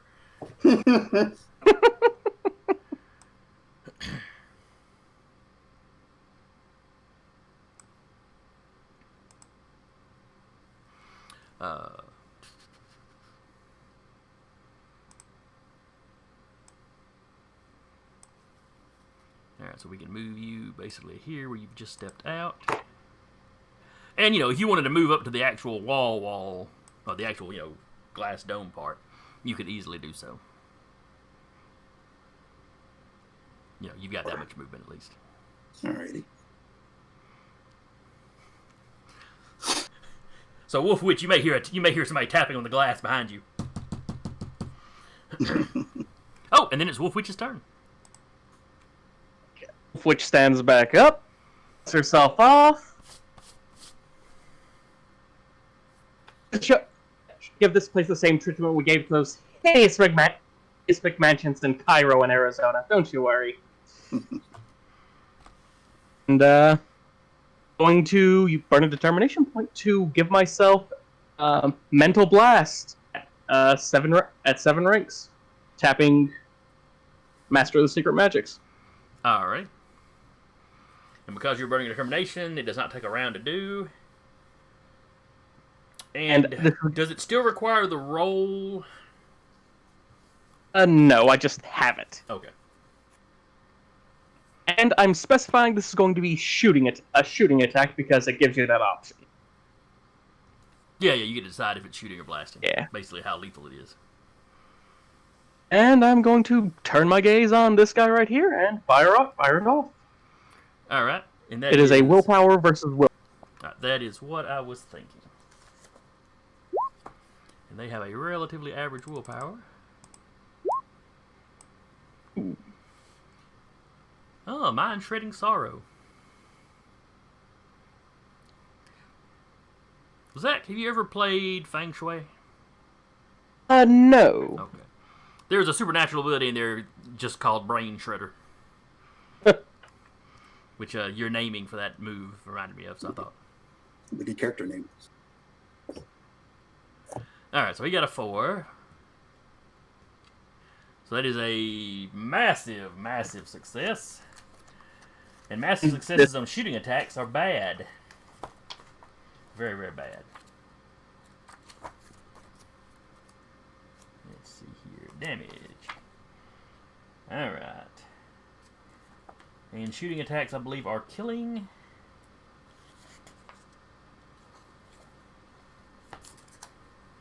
Oh, wait, but that doesn't really matter because we're doing minion rules. And this guy has no defense against mental attacks in his armor. So he goes down. And you said you had 7 ranks of that? Yes, sir. Give me a d6 plus 7 roll. We'll just see if you killed this guy or if he's just... Or if he's out regardless, but we'll see if you actually killed him or not.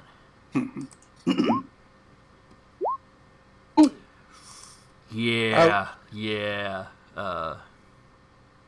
He hits the ground and you see... well, it's a mental blast, so his ears might bleed, but it wouldn't be like gushing, so I don't guess anything comes out of the helmet.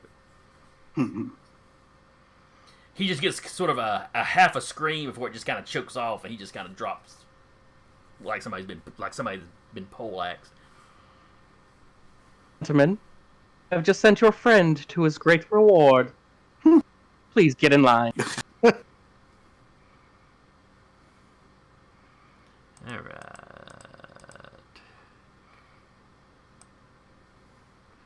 Well, Slapshot can see all of that through the dome, so he'll just race over here and whack somebody with his hockey stick.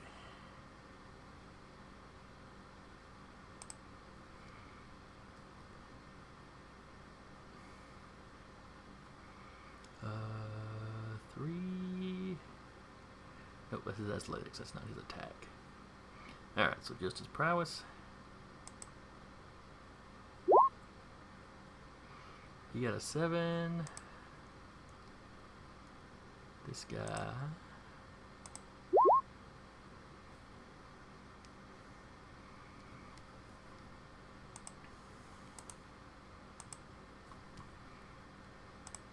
Alright, so that guy goes down.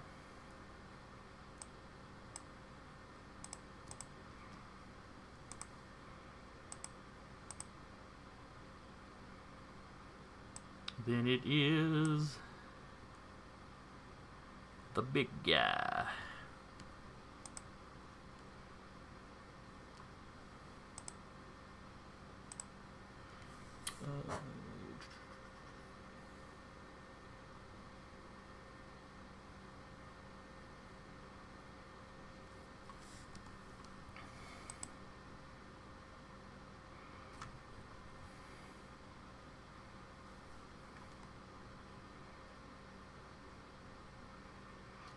Oh yeah, that's right. None of you guys down here are directly divinely empowered other than Everlast.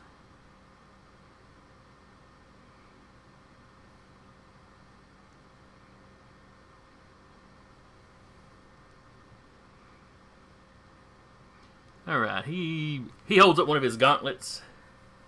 You hear a sort of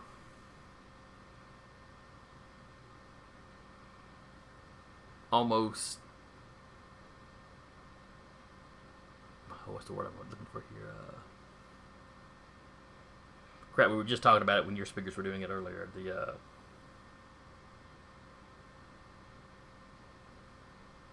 A hissing pop. It's something kind of like that feedback sort of noise. Basically, it's a sonic attack coming at you.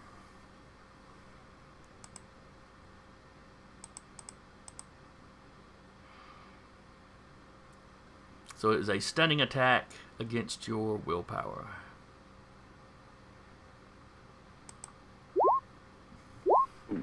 Ooh. Alright, so that's a major success on a stun. Alright.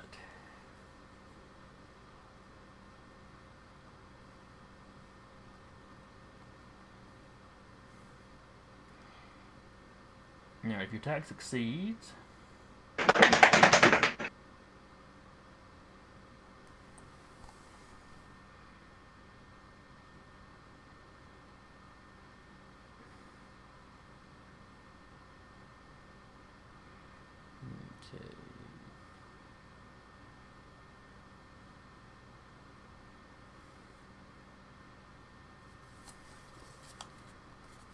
Okay.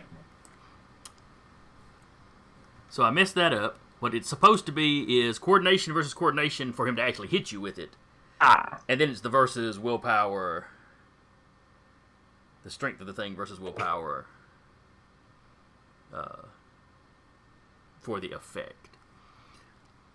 So All right. it turns out his coordination and the power of his attacks at the same, so that doesn't matter. So Ooh. okay, so he hits you. And then it's your willpower then it's the 9 versus 12. So on a stunning, it was a major.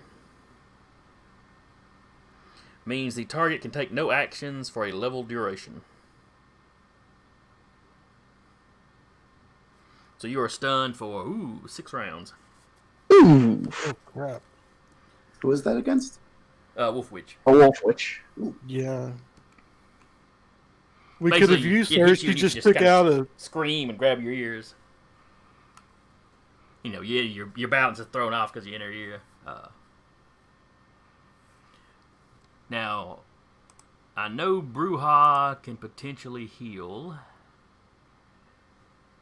Slapshot's got a lot of weird stuff. I don't know if he's got anything that would help you or not. I can. I'm on the other side of the dome, though, aren't I? Well, you could step around, and the dome looks like it's some kind of glass or transparent aluminum or whatever. You know, so it's clear where you can see through it.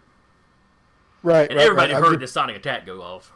Yeah. Well, I'm just saying, with the battle going on, getting around the dome could be problematic because I have to get to the sword saint either way. Yeah, now this is true. Then it is the regular sword saint's turns. Oh, and the big guy is striding towards Wolf Witch. Crap. Alright. So this sword saint advances on Saint Moon.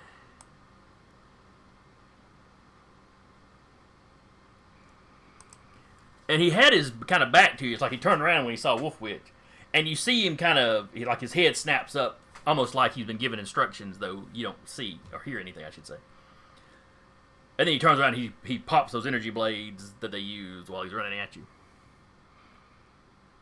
And he is going to attempt to cut you. So that will be prowess versus prowess.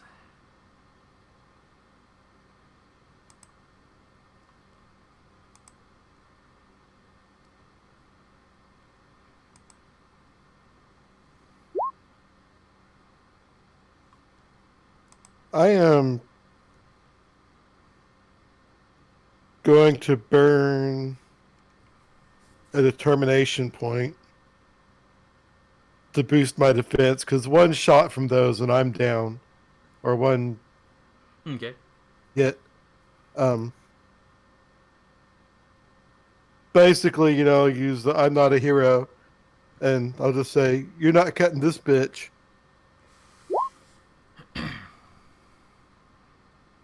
And he does not. You actually get out of the way very gracefully. It's like he runs up, takes multiple swings. You're just kind of, backpedaling a step or two every time. Let's see. This guy will basically double move to get up to Slapshot. That guy is dead. And then it is St. Moon El Bruja's turn. Heal Okay. me. Heal me. Yeah, that's my plan. But I got to get to you. Is the problem? Yeah. So, and where? I thought you were back over at the top of the map. Are you towards the west? Wolf Right over Witch here. is right here. Right next to Everlast. Here's a question, Jason. Mm-hmm. Do I need to teleport over there, or can I run past? There's no attacks opportunity in this, so moving past him will not cause an issue. Okay, that was my concern. It's like either direction I go, I'm kind of blocked by a sword sight. But yeah, I will run to her. Use my turn to get it over there, and then I'll activate my magic to heal her. Okay. And I'm assuming that's going to be next turn. It'll take my turn to run to her, right? That much movement you could probably do and still have an action. Okay, I wasn't sure if I'd Now- still have one or not. Magic generally takes a round to get the spell ready. Right. I've got the instantaneous, but it is unstable. It could have Consequences. Okay. do what? I said consequences. Yeah. Now with magic, let's see, instantaneous, unstable. Yeah, because the unstable is what triggers the alter ego. Yeah, or whatever. But you still make an occult roll, I think, to make sure you can prep the spell. So give me an occult roll, an intelligence, or no, I think it's willpower with you. A willpower occult roll. The difficulty is whatever rank you want the power at. Up to your max. I am going to go for the max. I don't know what her normal stamina is, so I'm just going to go for the 8. Okay. All right, so you got a total of 13. You got this. You're prepping the spell with no trouble. Next round, you can use it.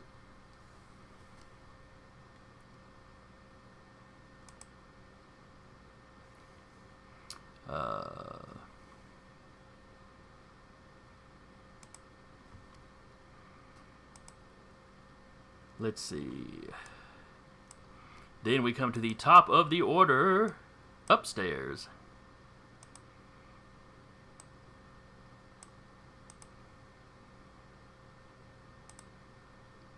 As soon as I get myself upstairs. Starbound.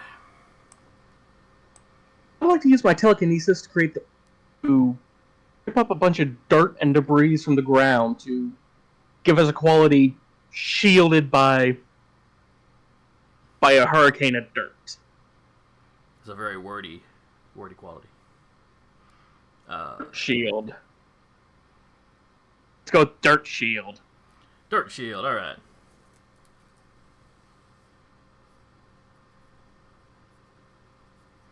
Roll me... What would that be?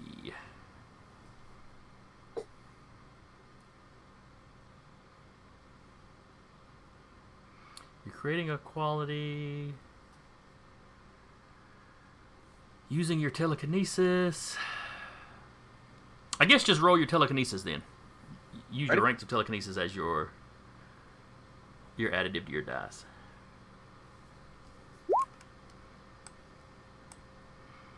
And dirt does not, however, give it a fairly low difficulty because you're just pulling dirt up. Alright, so that's 2 free uses of that.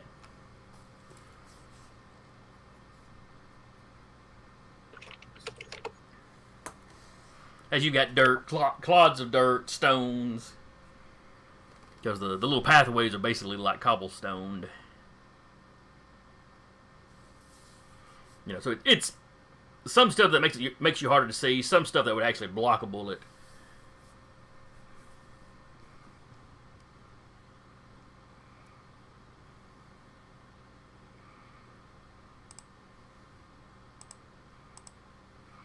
Then it is the trooper's turn.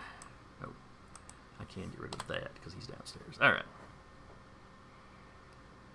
This guy is going to shoot at Mott.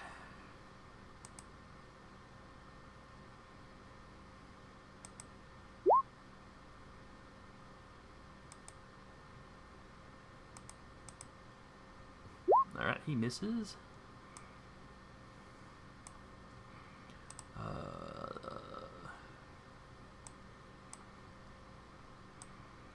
The guys that were running from the Primus are going to keep running from the Primus. They're mooks with guns and they think they're going up against Superman. That's just not a wise decision.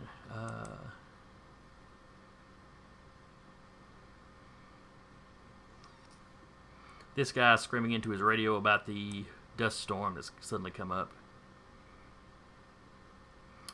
He is going to take a shot at anyone.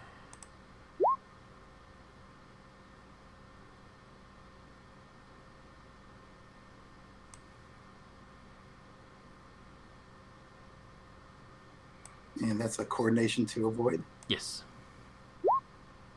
And you do so. Phew. Let's see, so that's everybody there. These two guys here, they can tell that Starbound is clear. Starbound's making hand gestures or whatever. Clearly, he's the one doing the dust. So they're going to combine their attack on him. So basically, it's one attack at a plus one. So Starbound needs to beat a 6. All right. These two over here are going to combine effort. Actually, I take that back. These 3 down here and this guy up here are all shooting Starbound. Dang. So it's doing it as one attack at a plus 2. And they roll a 1. All right, so you only got a 6. Zach is right. They do really not like aliens. Look, Earth is for humans. What? No, those are the guys from last season. There's probably some overlap. But, if any of you ever played City of Heroes, I want to say you had billboards up in some places that said that.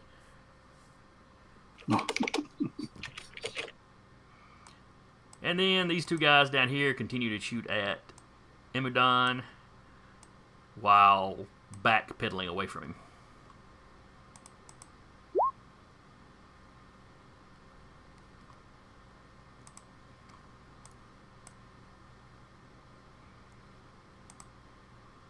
Coordination, right?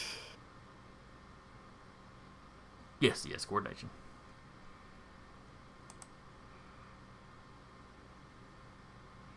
You need to beat an 8.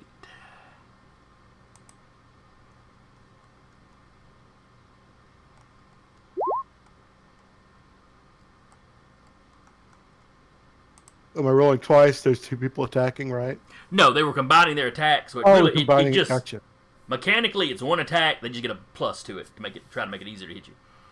Gotcha. If they were combining to do more damage, then they both have to make separate attacks. But they're not having any luck hitting you, so they were just trying to concentrate on that. And continuing to fail.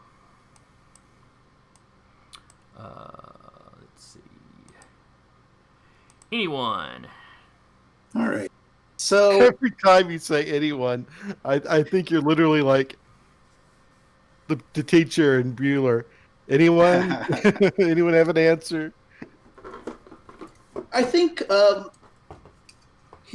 think anyone will want to take a moment. Can he find just a quick momentary spot to change appearance without being immediately noticed by any of the guards?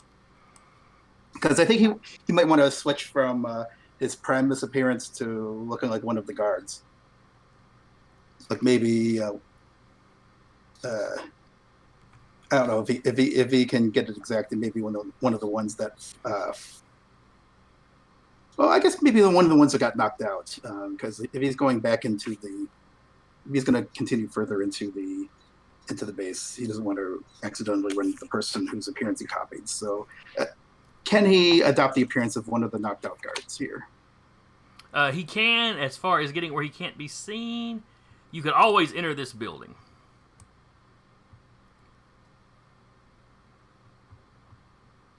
All right, yeah, I'll go ahead and do that, and hopefully I won't be noticed on camera either. But with the thinking that he might be able to try to get further into the base. Now you could. With less chance. I'm sorry. What other options? I was thinking of that being the quick. You could also duck through. Yeah, because you can see this little pathway here. You could also duck between the buildings. Yeah, so nothing too extensive in evasion. Just a real quick kind of in and out sort of thing. And then we'll see if he can manage not to get shot at by the guards, and hopefully not get mistaken. If I look like one of the knocked out guards, hopefully my friends will notice that and not beat the crap out of me. But once I do that, then I guess I'll head for wherever. Did we all see where Squad 2 entered? You know they plopped down in the ground right here. Okay. And just sank through it. Yeah, I know I won't be able to follow that same way, but at least I'll know where I should be heading. So you run down here. You swap out your appearance.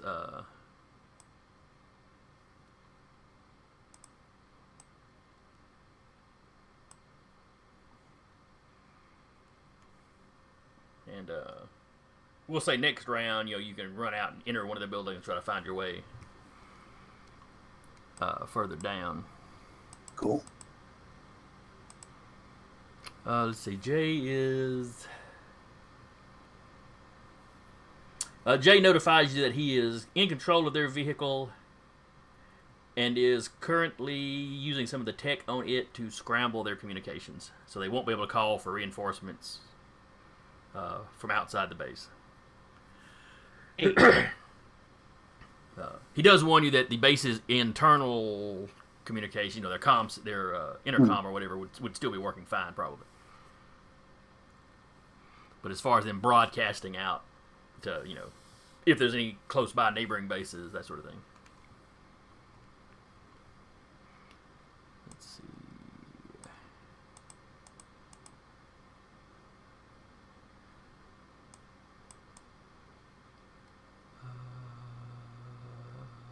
What's anyone? Oh, Imidon. I shall. I was trying to skip past you, but I knew something was wrong. I am going to once again swing my mighty mace of minion bashing. The minions do not appreciate that name, by the way.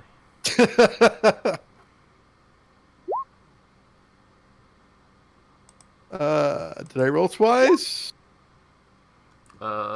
Max, it doesn't matter. I don't. Yeah. The 11 or the 10, either way, you managed to clock him. And with your strength, he would probably be unconscious.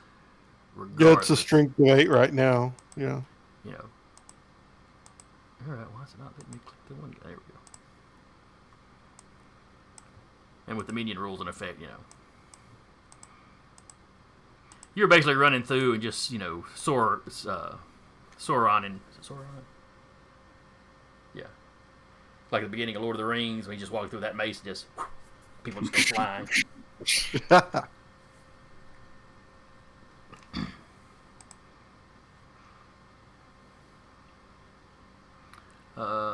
see. The one guy left, it looks like he's had all he wants. He looks like he's about to panic and just break and run.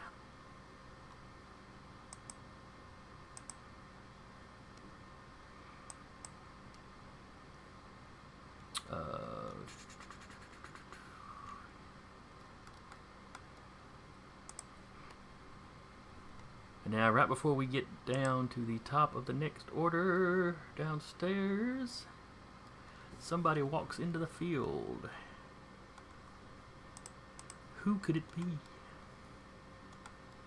Someone who hasn't made an appearance yet that has given us much trouble. I'm going to guess. I guess we should be And calling up a heads up, perhaps. and Roll20 is still not wanting to load all my art. Oh well, I'll have to use somebody else's token for him.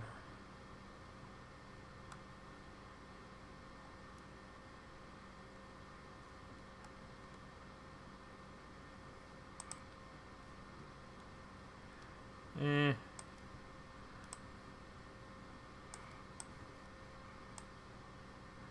And yes, you see a large hooded figure come walking out of the base. Mm-hmm.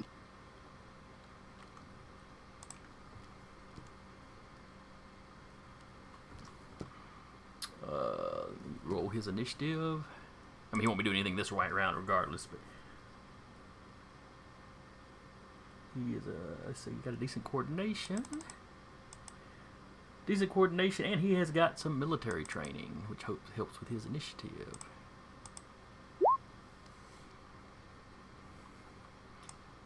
I really hate whoever made this guy. I don't know. I think he Not did a it. fine job. I think he did a fine job. So when we come back to the surface, he will be the top. Oh no! The very tip top of the order.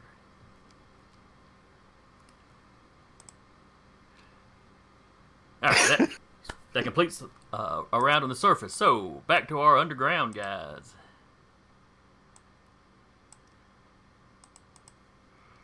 So it is Everlast's turn. Okay. Well, I guess I gotta go up against the Haruspex, right?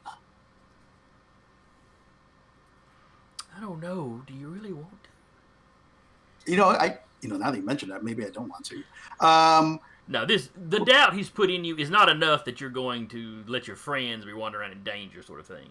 Yeah. Well, since he had unleashed the sonic attack on Wolfwitch, I probably should try to shut that down. I'm gonna try to grapple him just so he can't use those gauntlets on anyone else. Well, now you've still got the glass dome or whatever it's made out of between right. you. Right. Well, let's give that a good whack and see what happens. All right. Here's where we find out it has the deflection ability or reflection ability. Right. Or it's made out of, what the crapite or what the helium. I can't remember I don't think I've come up with any fake metals. Yeah, we haven't done that yet. That's homework for next time. Everybody posts at least one suggestion for our fake super metal. I don't know what the crapite's going to be hard to top.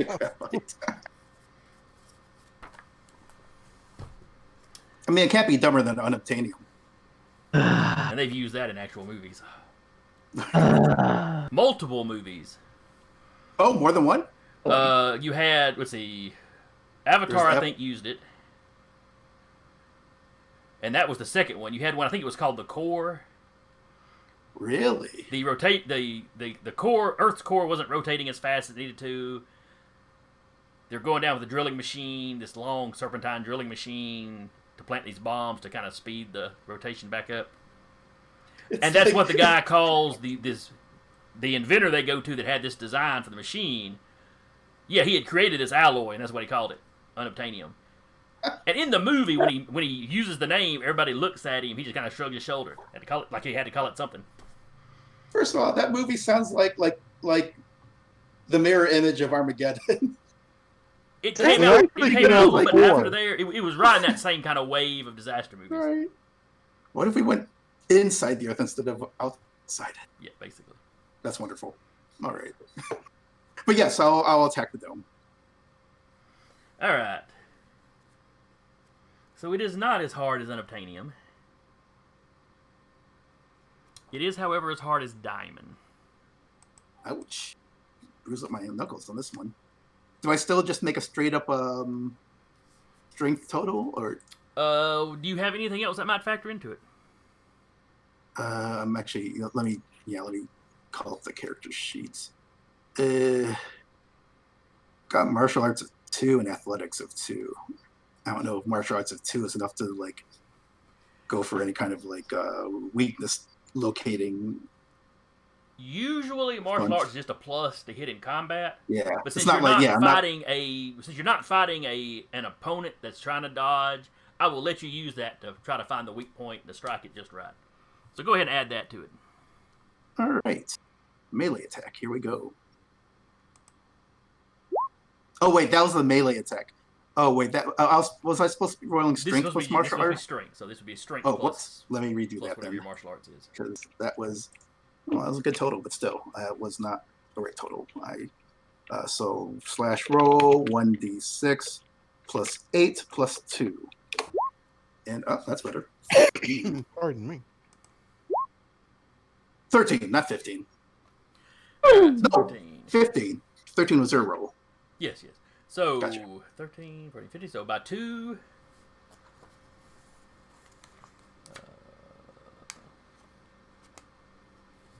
Outcomes. 1 to 2 is a moderate success.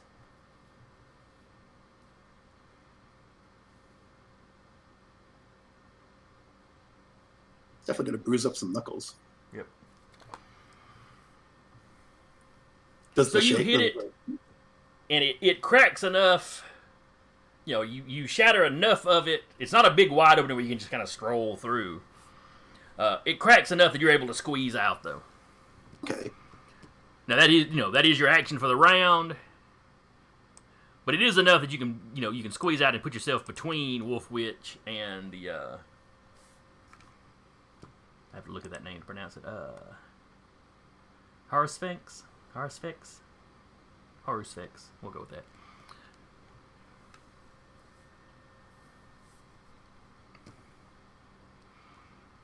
That name is the only thing I hold against whoever made this character. Alright, so that was Everlast. Imodon's on the surface. Let's see. On the surface. Wolf Witch is currently drooling. Hold Hold your move. sitting through Brigadoon all over again. So I'm picturing Wolf Witch kind of down on one knee, still holding her head in her hands. If this was a movie and it suddenly cut to her point of view, it'd be like in those war movies when the artillery piece drops or whatever, and everybody gets up and their ears are ringing and they can't hear anything going on around them.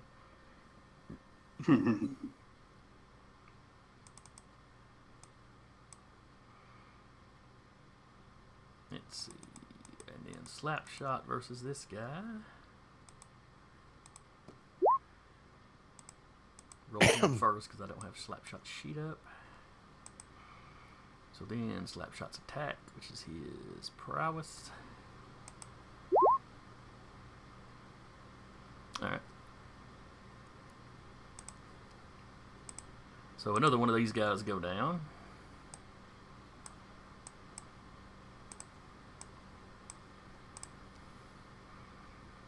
And then he moves kind of around to engage this guy as well as getting over closer to where the rest of you are. And then I believe it is the Haruspex's turn. Yes.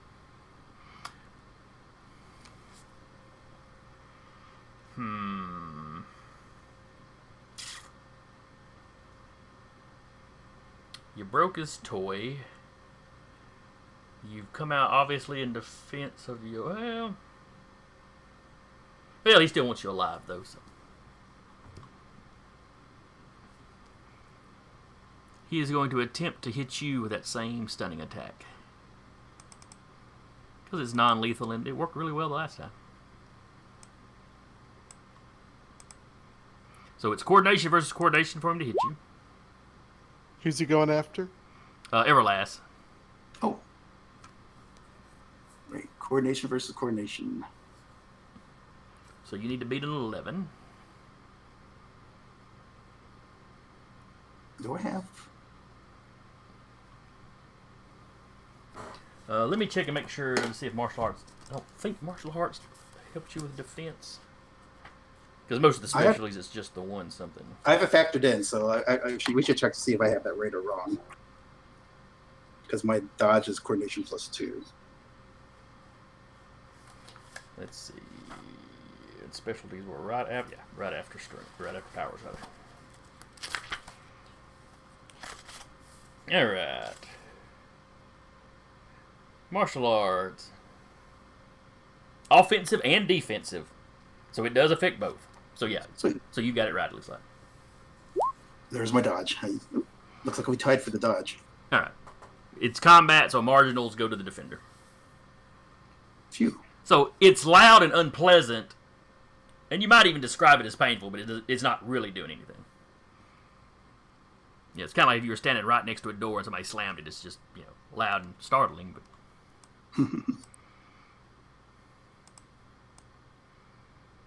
And... Ooh, there's only one sword saint left. And he's going after Slapshot.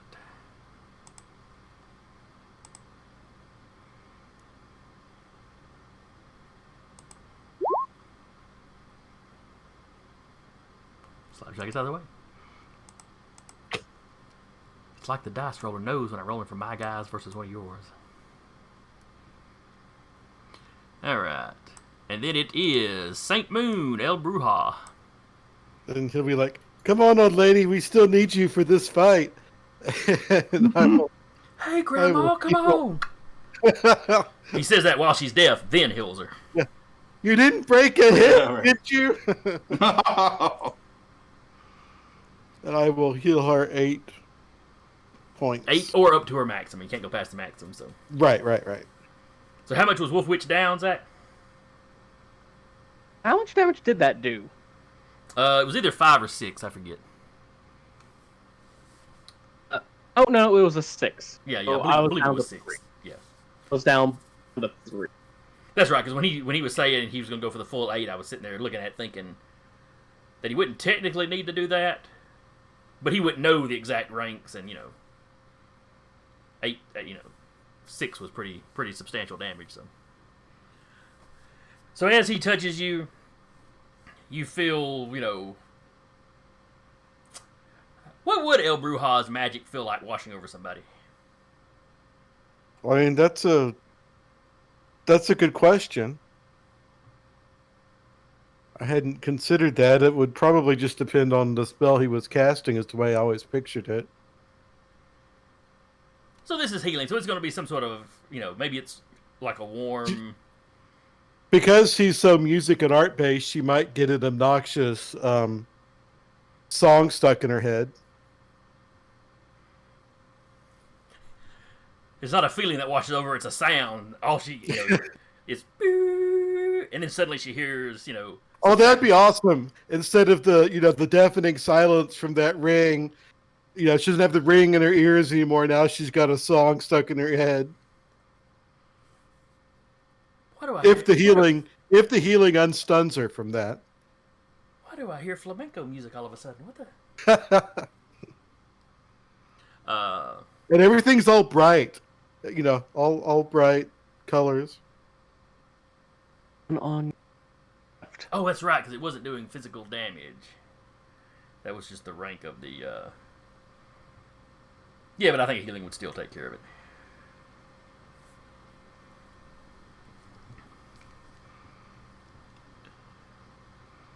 So yeah.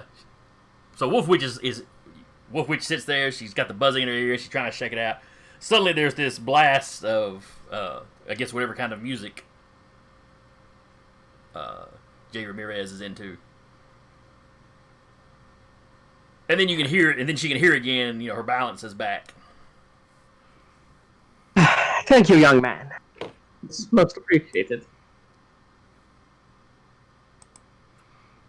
And then that brings us to the top of the order on the surface.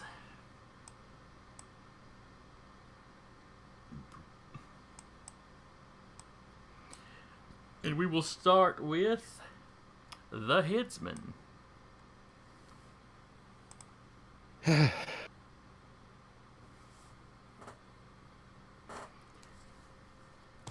He points his scythe at Starbound. I feel like I've offended you in some way, and for that I apologize. Well, really, you've just sort of been... The last D&D campaign I ran, my buddy Danny was playing a sorcerer with a level or 2 of monk. He was on an alternate Earth. He was a Chinese-style monk. But more of a scholar than a martial artist, but he had a little... Anyway, long story short. In the early part of the campaign, he kept wanting to run into the front of combat. So it kept going badly for him. Because, sorcerer. Well, finally he realizes, okay, that's a bad tactic, because everybody was making fun of him. So then he stops doing that, but for the next 3 or 4 combats, or the next 3 or 4 times they'd get ambushed or something, he just kept happening to stand right where one of the big bads would pop up. So he wound up still getting slapped around for a couple of them. Now, by the time they hit level 20, yeah, he was the shape-shifting master of magic, and it just went badly for people with... What was I looking at? Nullification. What I'm just saying, though, is you're just standing in the wrong spot every time. It's not my fault.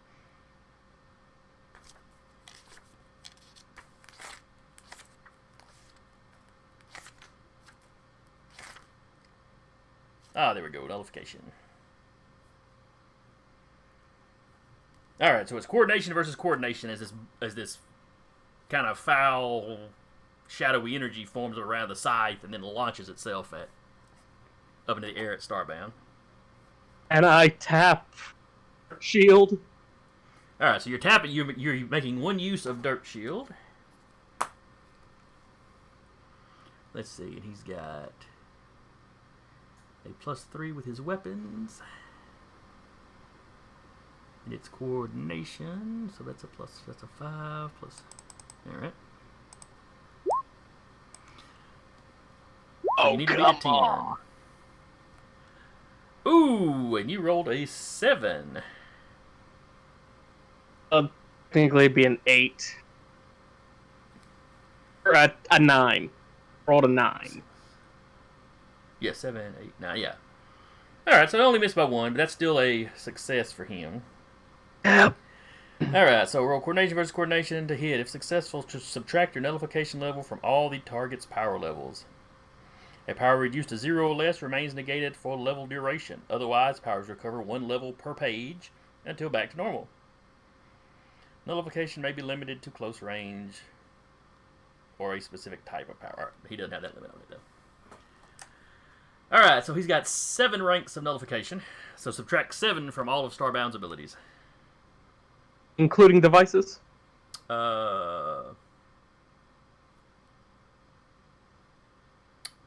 The power does not recognize the difference, but given his background, I would say if you've got tech, that's probably still working. Okay. But I still have my healing spaces. Oh, awesome. Because let's see, what is... Alright, so your healing is a space gizmo, and the life support... It's the suit itself. Yeah, okay. So it's just your telepathy and your telekinesis that are inherent abilities. Down to 1. Oh, you'd already adjusted. Okay. I was clicking on your sheet trying to see what it was. It keeps looking like a 1. That shouldn't be what it is, but... Just Son of a bitch's sheet lying on all of his rolls. Well, the way the sheet likes to cut the numbers off sometimes, I figured I was just saying part of the number, and I was trying to get it to come up. All right, and remember, every time his turn comes up, raise that by 1 until it's back to normal.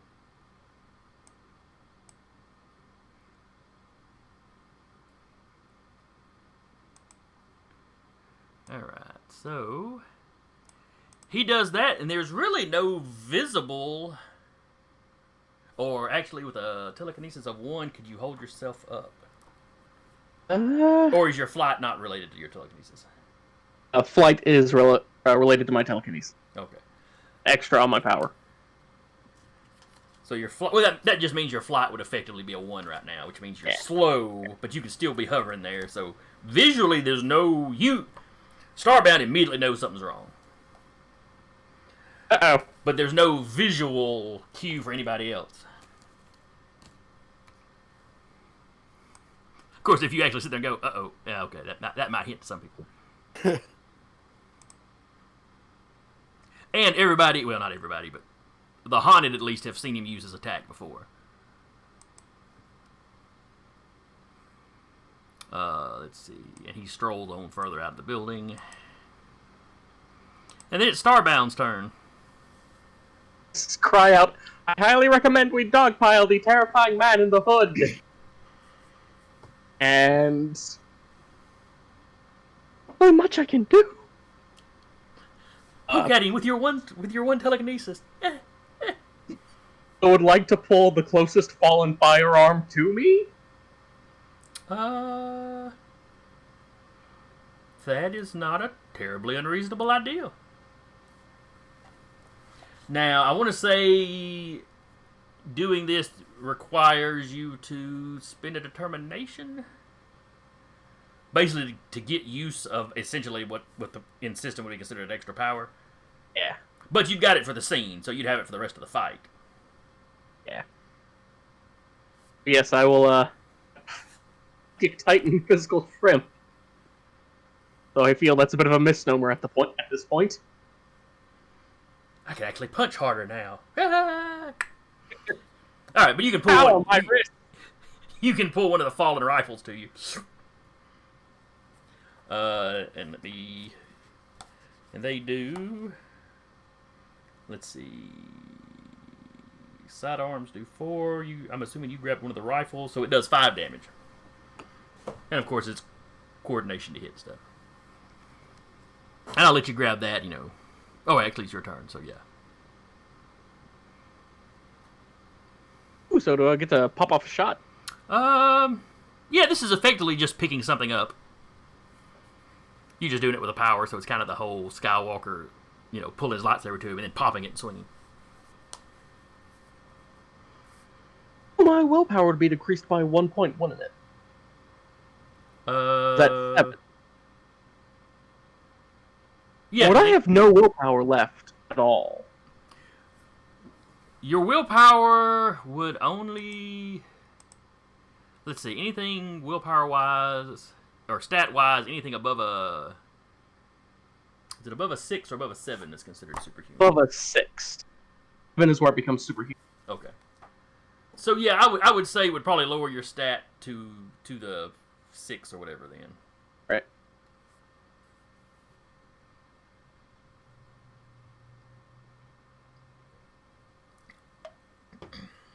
Yeah, I'm gonna fire off a shot at Headsman. Alright, that's coordination versus his... Alright, versus his 5...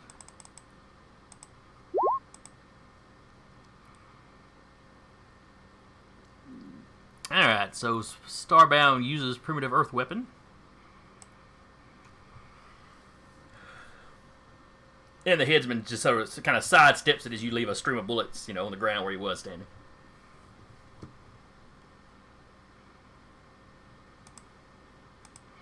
Imodan. Imodan's got one more person in front of him. He does. Although I think Starbound may have had the right idea, we probably need to focus on getting the headsman out of the way as quickly as possible, because he could just take us out one each round and then we're done. So I think I will disregard the last of the the minions. Much to this minion's relief. Yeah. And now I will charge the headsman with my Hellfire Mace of Big Bad Purifying. And, I will announce to the headsman that he has been judged and, prepare for purification, and I will take a swing at him. All I'll right. fly towards him. So that will be prowess. Let's see. Does weapons add to defense like martial arts does?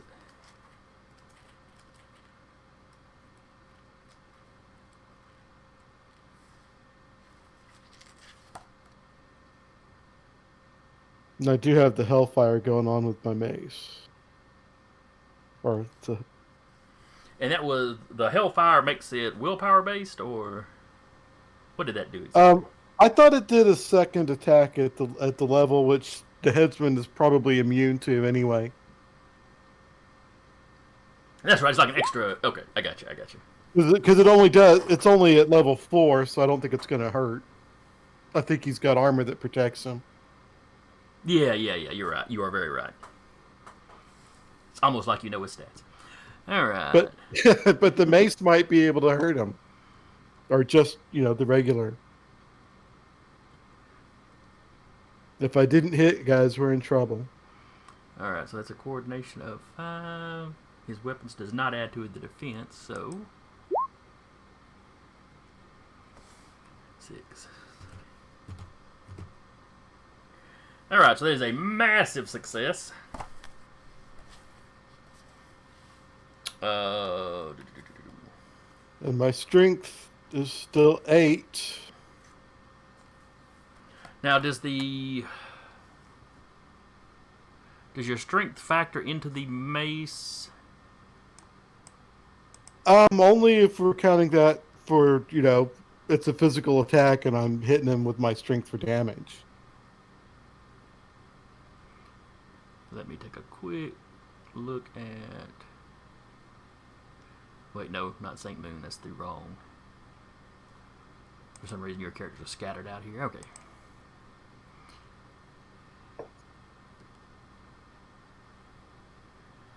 Alright, so that does a 4. Alright, so it does a 4 when your strength's not jacked up.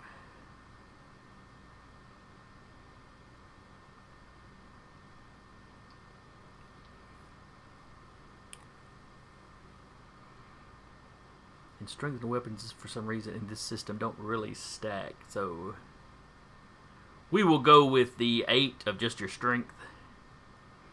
Weapons are weird in this system. It's kind of hard to get. Well, you're buying effects more than anything else. Right.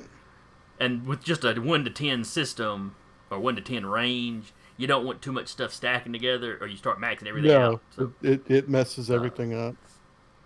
A lot of stuff, a lot of power-wise, if they stack together, it really just ends up giving you a bump of 1. In this case, I would say, damage-wise, we'll just go with your strength. But you would still have the Hellfire extra, effectively. Now, in the case of this guy, that does not... the Hellfire's doing 4, so it's not going to affect him. But that's a punch of 8 on him. So that hurts him a little bit. Let me check his... What does it say?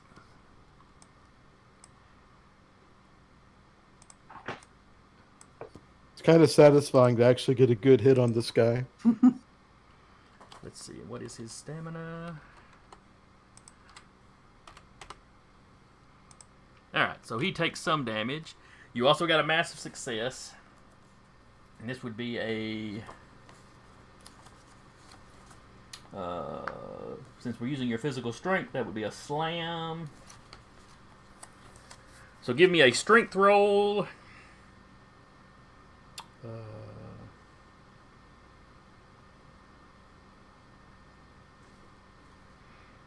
So I think he resists with his strength.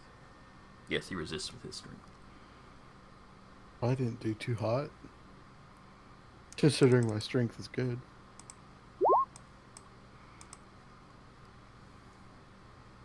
Alright, so he just does make it. So you don't knock him around. You pop him, he takes damage, and takes a half a step back, but he manages to catch himself. Half a step back and kind of jams his scythe behind him to catch himself, so he didn't go flying. Well, guys, I got his attention. You did get his attention. Well done. Alright, and then it's the regular minions, who are all basically vamoosing at this point.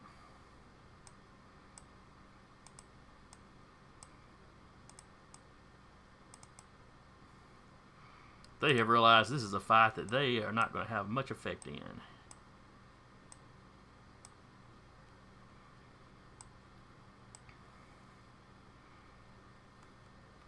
Though you hear some of them cheering for their, presumably their boss.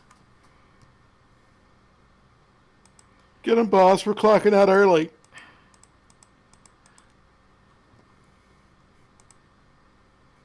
Oh, sorry, boss. It's time for lunch. Union rules. And then that gets us... I believe that's everybody. Yeah, because Emmadon's the cleanup batter, basically, upstairs. So back to the downstairs, where you have your own big bad to worry about. Everlast, you're top of the order. All right.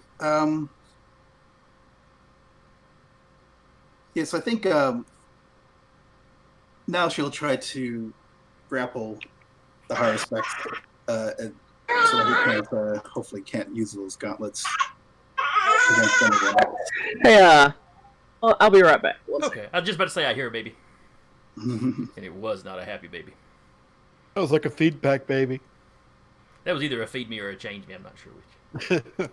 Maybe both. And as she closes in for the grapple, she's going to tell the Haruspex that you've been a great host, but I think this is my pickup ride here. Generating the wrestling total. I've generated an 11. Alright, so wrestling, which I don't think is something the Haruspex has. So it'll just be versus his prowess.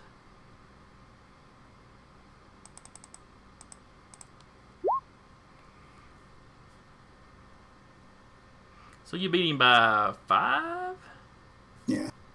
And hopefully I can grapple him in a way that he can't shoot anyone else without, hitting himself in the process. Or at least not being able to aim where he wants to.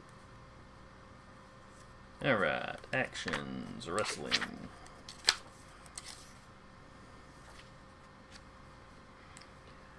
Okay, let's see. So a moderate would be 2, beating him by 2. You beat him by 5, which puts him up in the major category.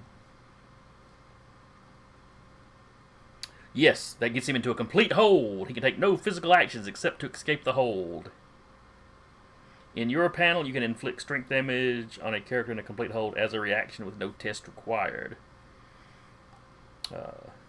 I'm assuming that would be like the next round after you establish it, though. That sounds right.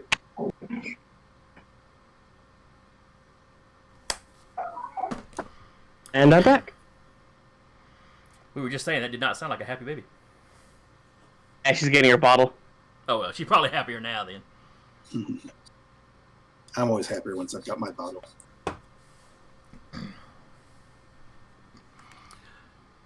Alright, so you got him in a complete hold.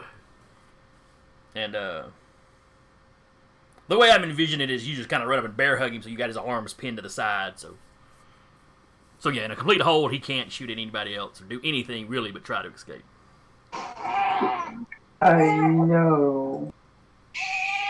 Oh. I think I heard an Anna then, too. Mm-hmm. Tell Anna I said Oh. Jason says hi.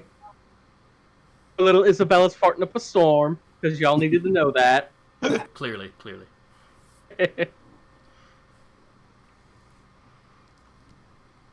I've always been impressed by little baby's ability to take, milk or formula and convert it into tar. I've had enough siblings, I've changed enough diapers, I just can't understand it. I can't wrap my head around it. It's some sort of alchemy.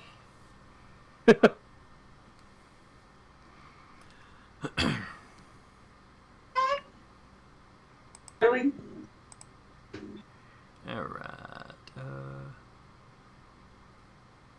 Oh, wait a second. When we were on the surface earlier, I think I may have skipped you, Mike.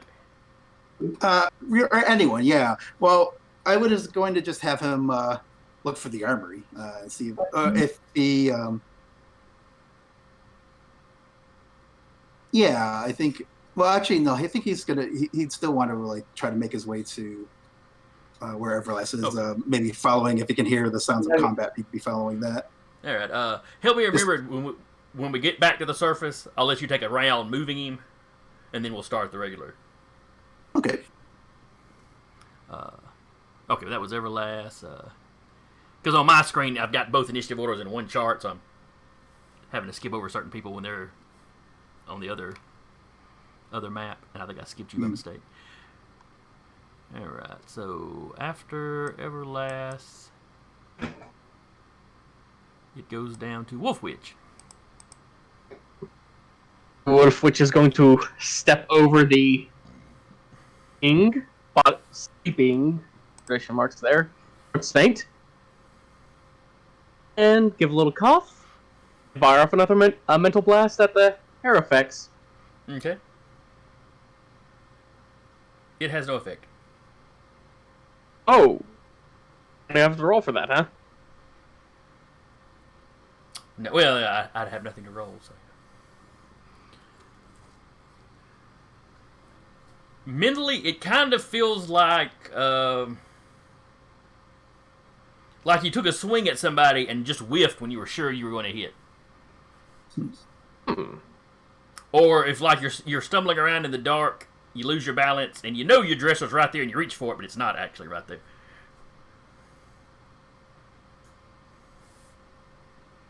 You know, you're not actually off balance because what you were doing wasn't physical, but you have that momentary feeling of being off balance, like there's not resistance there like you were expecting. Oh. Oh. This moderately complicates things. Let's see. Then we go down to Slapshot.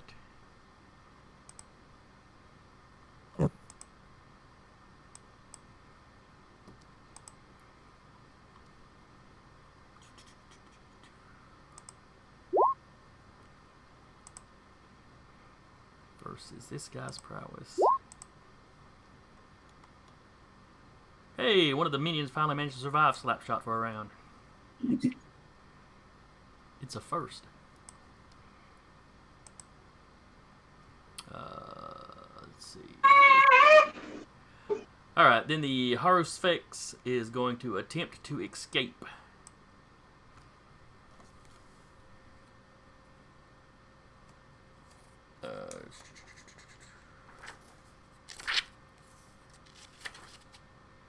Escaping. When you're being held by an opponent, you can attempt to escape. Prowess. Alright, so this is a prowess or strength test against the attacker's strength. So Everlast will roll strength. I presume you could. Oh, would that be a wrestling roll? Yeah, I presume you could add your wrestling to it. Okay, let me re-roll that then. Versus his strength or prowess.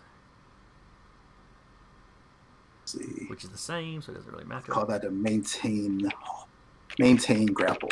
Oh wait, no, he's in the suit though, so that does give him a little bump. +1. All right, here we go. Same thing. Yep. Oh. All right, so it's a tie, and on a failure or marginal success, which is what a tie is considered a marginal, has no effect. You are still held. All right. Yeah, that means I get a punch next round.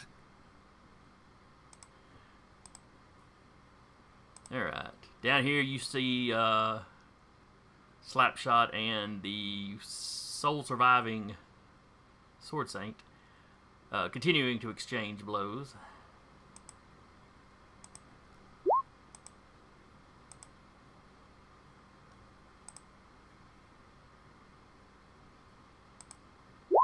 Oh wait, that should have been prowess. That'd be one higher then, so he'd be a 6. Alright, so he is going to take some damage.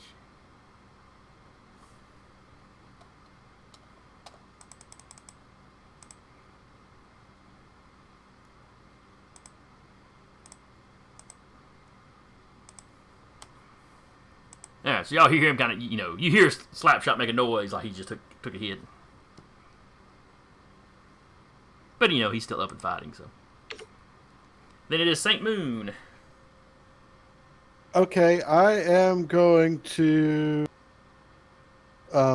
cast another spell, and I'm going to do energy control, so I'll have an energy blast. And let's see. Start.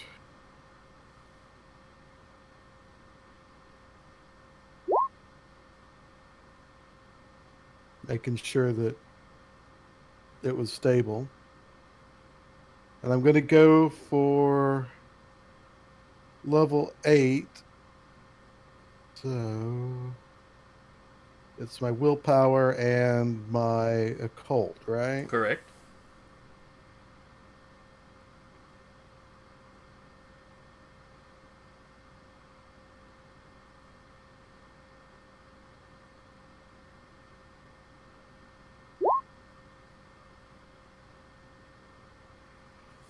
I got it. All right. Now, Haruspex, however you say his name, he's actually being held by Everlast. Is that right? Yeah, she's got him kind of in a bear hug. So I can't blast him right now, but I can blast the last Sword Saint. You could probably blast him if you wanted to. It'll be like I were pinning someone, holding someone down while someone else. His armor is bigger than the rest of him's armor, so he's quite a bit bigger than her.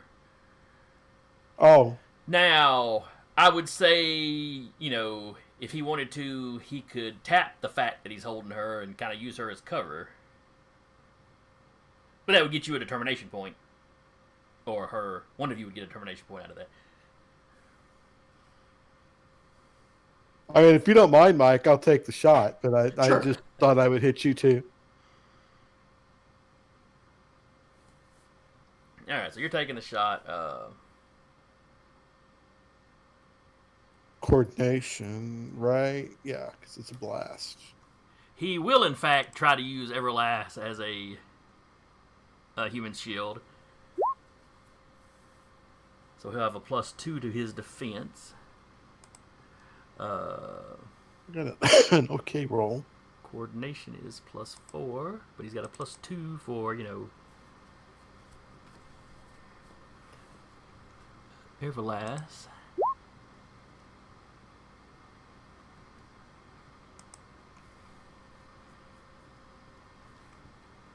Alright, so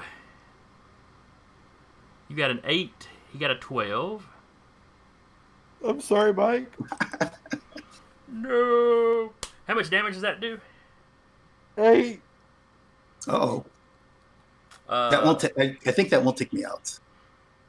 No. We'll Yeah, certainly now, do Everlast gets to make a roll to avoid it too. So give a coordination roll. Okay. Trying to beat the 8 that Curtis rolled. Okay, dodging away, and I do. Can I still maintain the hold while doing that? Yeah. You realize he's trying to move you into the way of the blast, and then you're trying to get out of the way, and you both wind up kind of pulled out of the way. Like a deadly tango. Since he basically tapped that, Tango de la Muerte.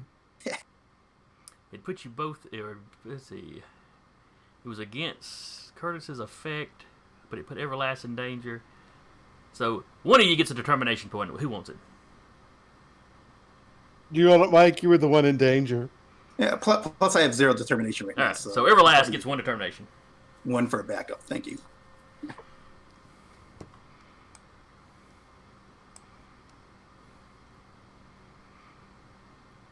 Let's see. And Saint Moon is the cleanup batter downstairs, I believe. So that gets us back to the top of the order upstairs. Oh, joy. All right. So before we start this round, Mike, where was anyone trying to get to? I think he's going to continue heading towards where he suspects Everlast would be. If he can hear the combat that's going on down there, he'd be heading towards that noise. And if along the way he happens to come across the armory, so much the better. All right. So I've zoomed the map out a little bit. You can get in right here. Mm-hmm. Let me use a number of color that can be seen. Or over here.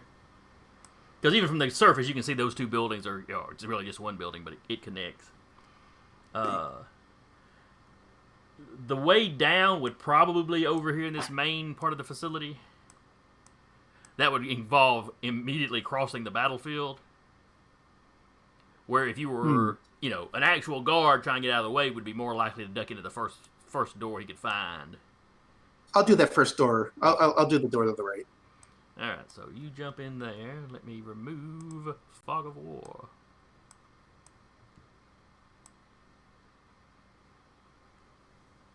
Ooh, look at this.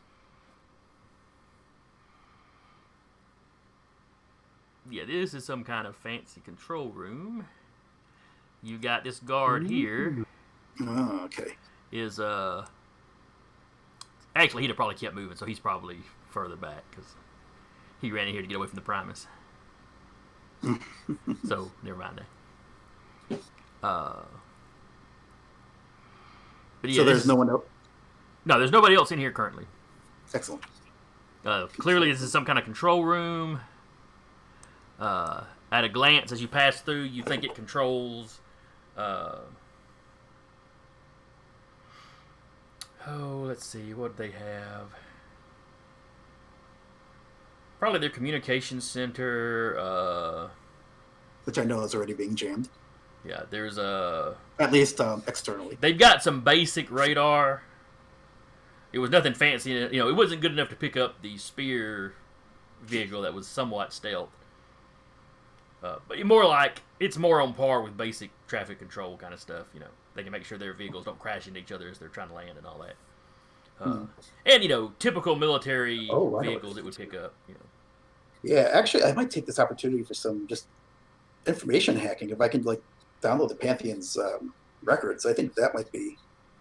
Yeah, that's definitely what everyone wants to go for.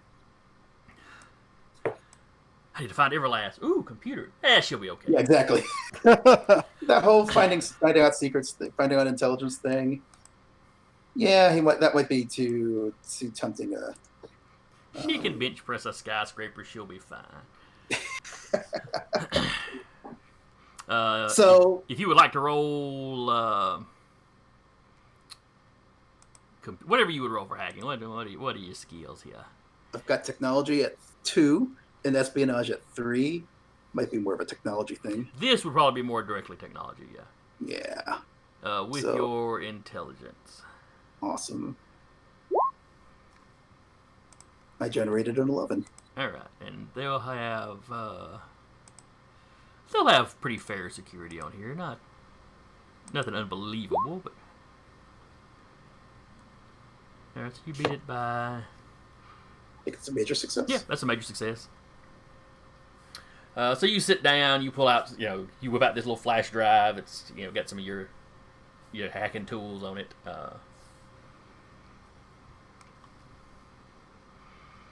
The system was not in it wasn't in a real secure mode. I mean, there was a basic password you had to get past, but 1, 2, 3, 4, 5. They were a little bit better than that. Not as good as they should have been.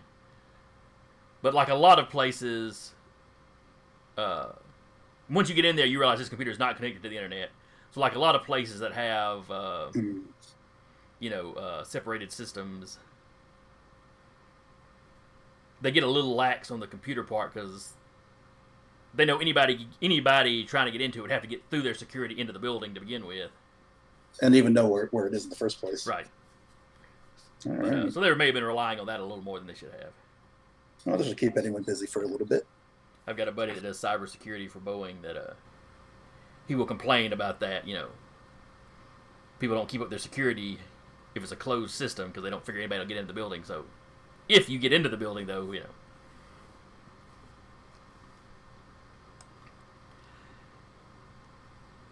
So anyway, you get in there, and next round I'll start feeding you information. You know, we'll make another roll, and the better you get, the more information I'll give you each round. All right. Or the more of the system, or the more of the system you'll have downloaded. You know what you can. Hopefully, I'll be able to find out if the Pantheon has other people captive and where. And also, if they'll let us know if they are sized with crazy mind control powers, so we'll be forewarned next time. All right, so that was basically what you would have been doing last round. So top of the order now will be the Headsman. Zoom our map in on him right quick. All right. There's one guard that I forgot was there. Yeah, well, he ran in and hid in those bushes. That'll be fine. All right. So does he just want to smack Imodon, or does he want to try to nullify him?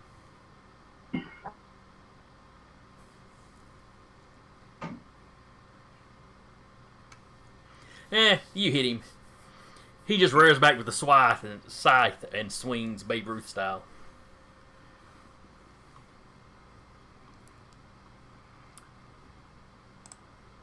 So that will be a prowess versus prowess. So his prowess plus his weapon skill. Ooh.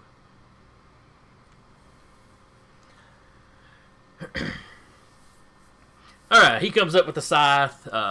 Imodan, you kind of duck to the side. You know, flap of the wings. You feel the scythe take off the tip of one of your feathers.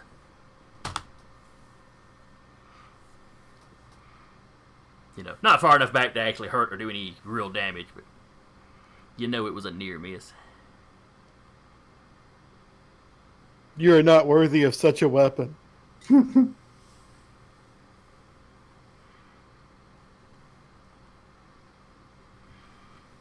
Psst, what do you know about the scythe of Namu? Hope I pronounced that right.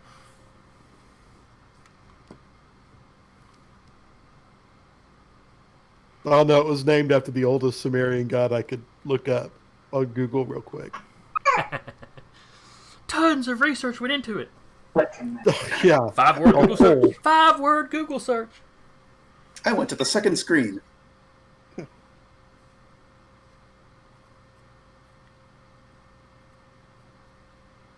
Actually, that does work. Oldest Sumerian god I can find. Okay, well, that was a big whiff for him, which is a shame after such an impressive start. Speaking of his impressive start, Starbound, your go. All right. Well, Your powers are now at rank 2. hey. I'm gonna use this primitive earth weapon to give him the distracted quality. Okay. Not really trying to hit him so much as just putting bullets around him to keep his attention on that. So would that be a coordination roll or a willpower roll? We'll let you go with willpower. This is more of a bluff. Ready? You know, it's covering fire. You know it can't actually hurt him. Let's see. And here's willpower.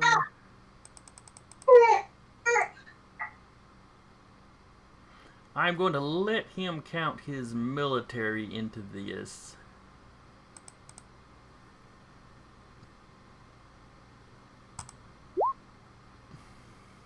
Just because he's used to weapons. Where a normal person, even with this power, might still react to a gunshot because, you know, years of instinct. But alright, so he beat you by 2. Which means even without the military stuff, it would still kind of tie. So Yeah. he doesn't flinch. He's had his powers long enough that he no longer reacts to gunfire with fear. All right, so Imudan. Okay, I am going to take another swing.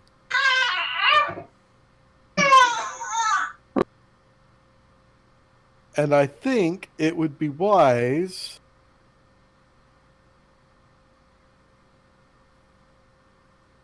to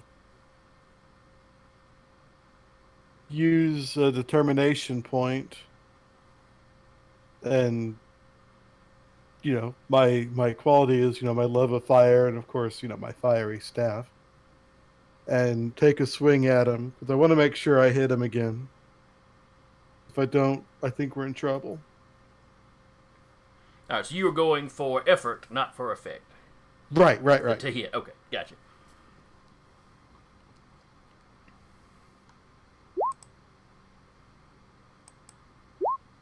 Oh, I didn't add my +2. All right, so 9. So that just make that an 11. As long as I hit, that's all I... Yeah, you hit with a major success, so you have a chance for some knockback. It does more damage to him.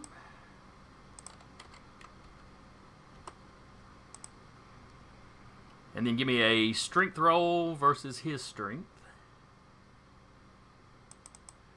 which is a pretty even roll between you two, so it really just comes down to the dice. Alright.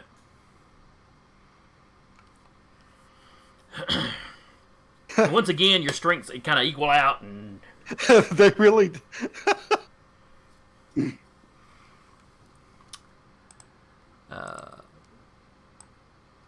then we move down to anyone, if you want to take another roll.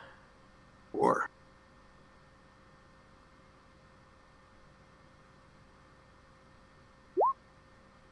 Generated a 12. Alright, and their security, I think I had it. Alright, you still beat it. Alright, so you start downloading information. They brought a lot of test subjects into this place. To this space specifically? To this base. I mean, I say a lot. It's been like 5 or 6. Okay. But there are none on record as currently being here, other than Everlast. There's also no record of any of them being shipped off anywhere else, though. Uh-oh. Then you find a file on vivisections. Nice. Oh, man. So things really get nasty here at some point. We can just tie everybody we knocked out up, keep them in the reactor room, and just detonate the whole place, right? Look, these guys are just mercenaries. They're just guarding the surface. They don't know what's going on underground. Yeah. Let's burn them all.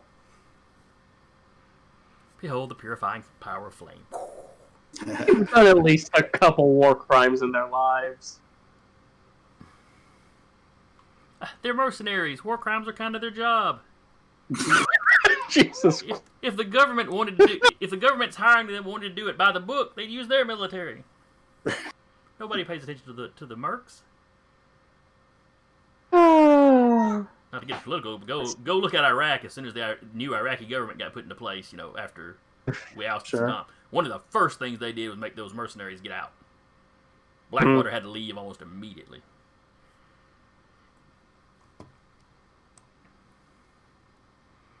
Shoot, Blackwater got such a black eye during all that, they changed their name. Straight to Z. No, it's founder believes that he is divinely ordained by God to bring about the apocalypse, right? Who's that? The founder of Blackwater.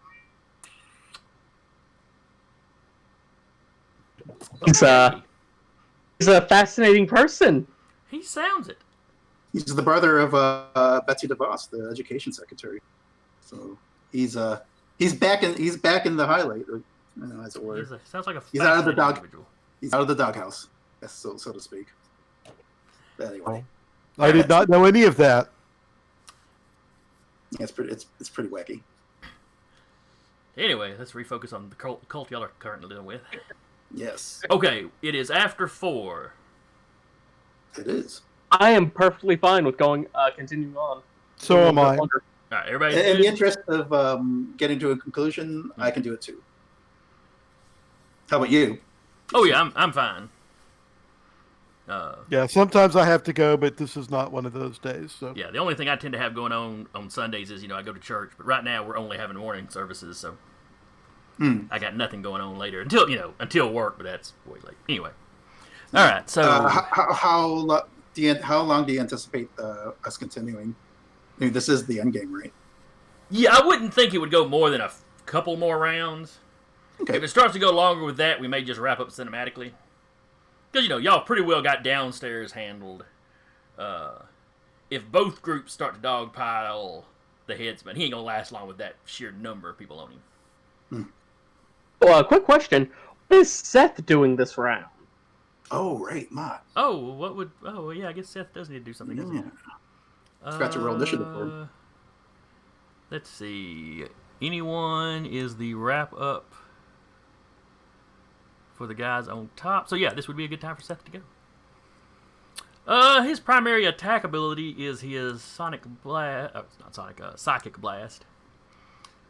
So I guess it would be a willpower versus willpower.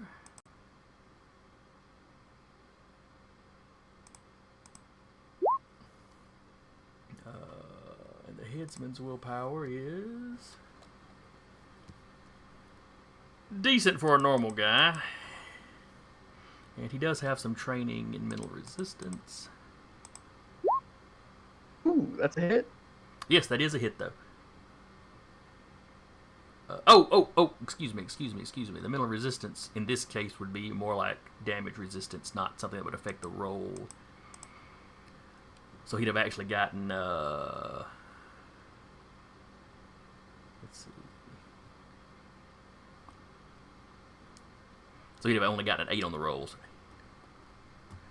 that's a major success from a Psychic Blast. So it's a 6 rank attack minus the 3 damage. So that does 3 damage to him. well, we got to be whittling him down pretty good at this point. He's definitely below the halfway point.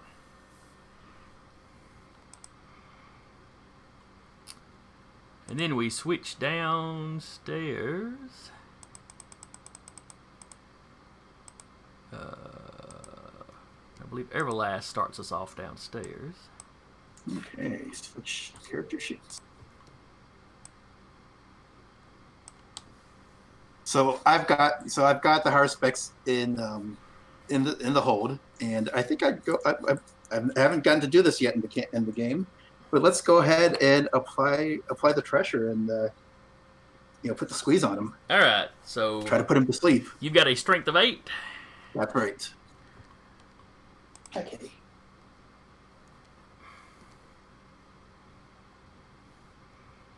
All right.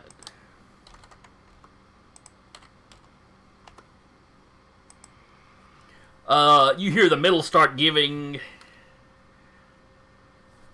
Stuff's popping and starting to snap. Where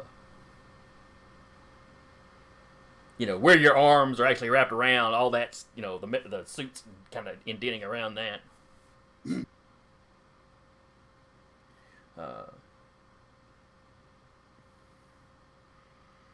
Anybody looking from the outside, you'd think that guy's arms have got to be broken.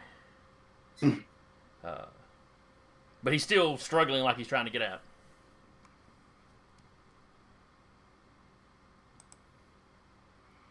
Let's see. That's a surface guy. Surface guy. Wolf Witch. I'm going to tap Master of the Mystic Arts, Okay. or Secret Magics. Myself Magical Blast at rank 7.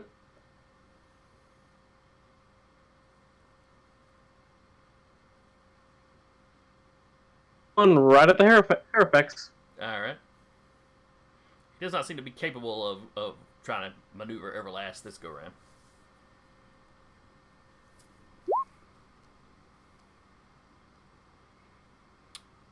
Maw of the Vengeful Hound.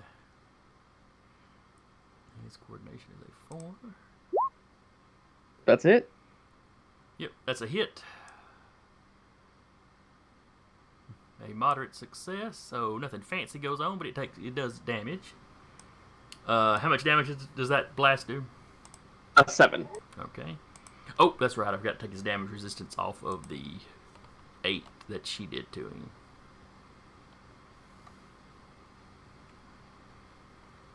So let's see. He had that much. She did 8, but minus the resistance.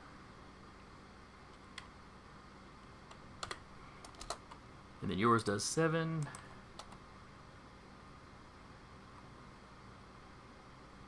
So that much.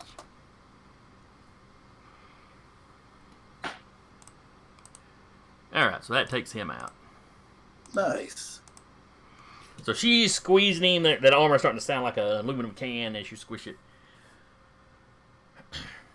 And then you walk up and you just kind of blast in his face, because that would be, you'd be aiming up a little bit to avoid Everlast, which puts his head, as kind of the juiciest target. And you don't vaporize the helmet or anything. But between the two different sources of damage, the helmet just seems to pop off and kind of fly across the room. But there's no head poking out of the armor. He's a Old man Withers. Oh, is it a decoy? I hope. Or did we just... I assume we didn't actually... For the sake of brevity, we will say that, when that happens, you kind of drop the armor, and when y'all peek in, it's clearly a suit of armor, but it seems to be empty. Mm. It's still twitching and trying to move. So like a remote drone sort of thing? That's a perfectly... Either that or he had some kind of teleportation thing inside. And... Wolfwitch was about to say something. I think. No, I just said I hate it when they're smart. Stupid smarts. He was pretending to be a giant robot to chase away everybody living on the property.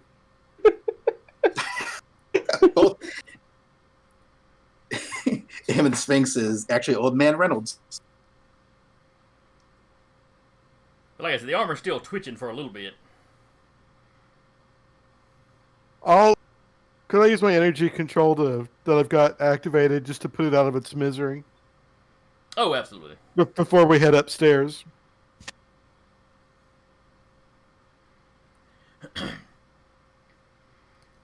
And, as you start blasting it or whatever, that sort of self-destruct that all these...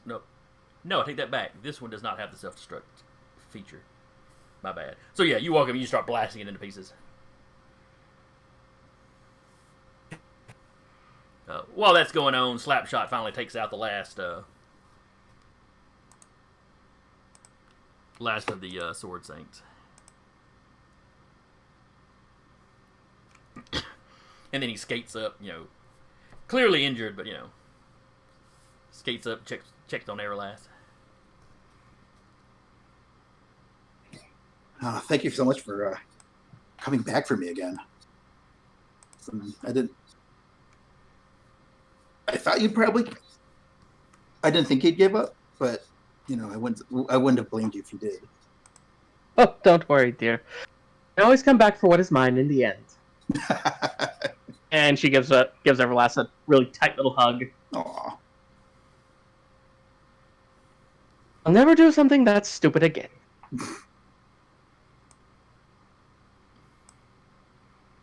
All right. I'm a superhero, no promises. Back to the surface.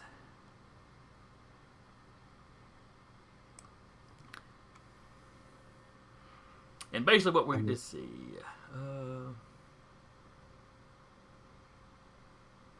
so we're going to do 2 rounds with the surface guys, by which time everybody downstairs can have gotten to the surface, assuming that you're going to beeline for the surface. Yeah.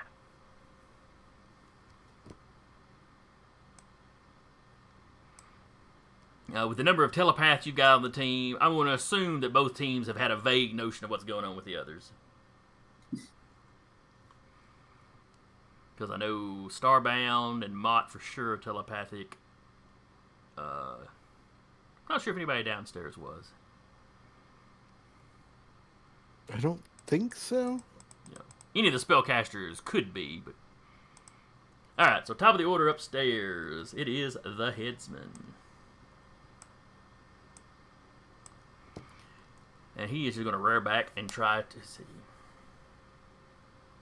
Now, he tried to punch Imodon last time. This time he's attempting the nullification on Imodon. We'll see how that works. It was, I believe, a coordination versus coordination. Because it's essentially a blast he has to hit you with. So his coordination plus his skill with the weapon he's wielding. Oh man.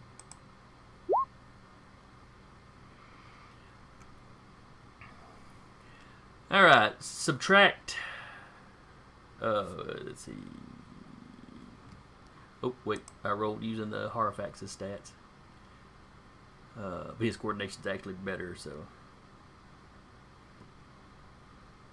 Alright, nullification is 7, that's right. So subtract 7 from Imodon's powers.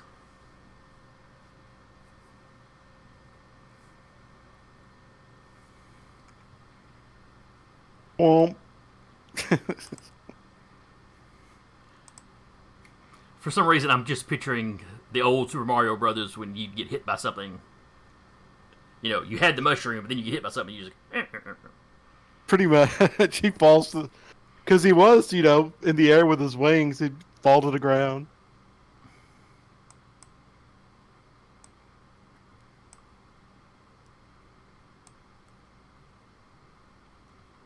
So, let's see. He's got Immortal 1 that would turn off. His Flight would turn off. His Shape-Shifting. Everything turns off. So, when his except Shape-Shifting turns off, what does he look like? What is his natural form? That's a good question, because he would be... Or does he just get stuck in whatever physical form he's in? Because that's perfectly reasonable, too. He might not shift back. He might just be stuck like he is. Probably more sense for him to be stuck like he is. Except you could argue that the wings might have to go away. If they're made of fire more than actually being physical, then yeah. Like Mott's are just, they're just a kind of a light effect out of his back when he's flying.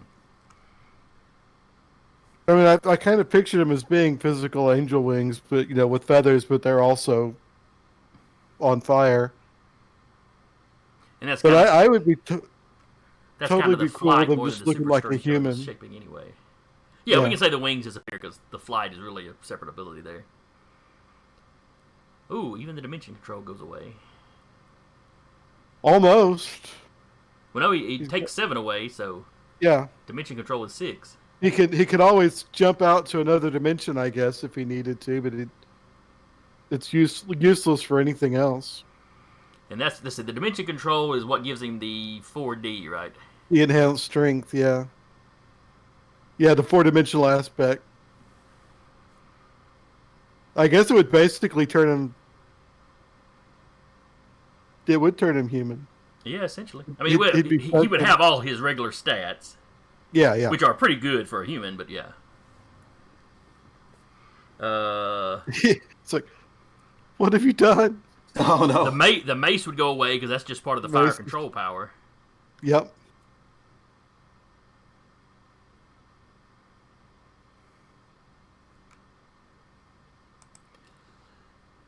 And he just sort of snickers at you.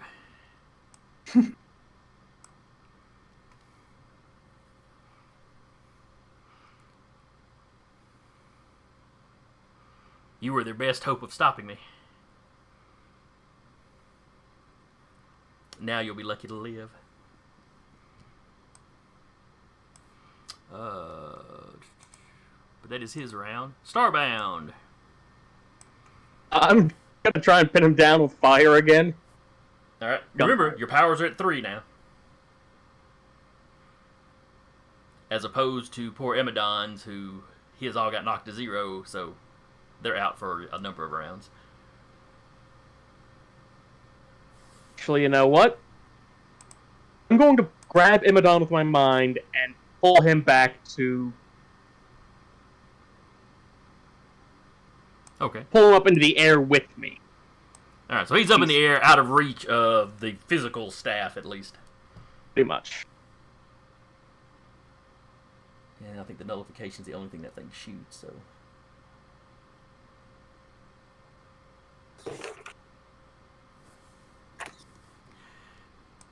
Alright, so that's your action. I'm assuming Imudon doesn't try to resist this in any way. No. I think he'd be pretty stunned anyway. Here's his weapon can interfere even with your ability to tap into the hypergeometries. I'm sorry. So it would seem. Then it's Imudon's turn. Is there anything Imudon wants to do? No, I say it's fair to say he would just be stunned and not sure what to do.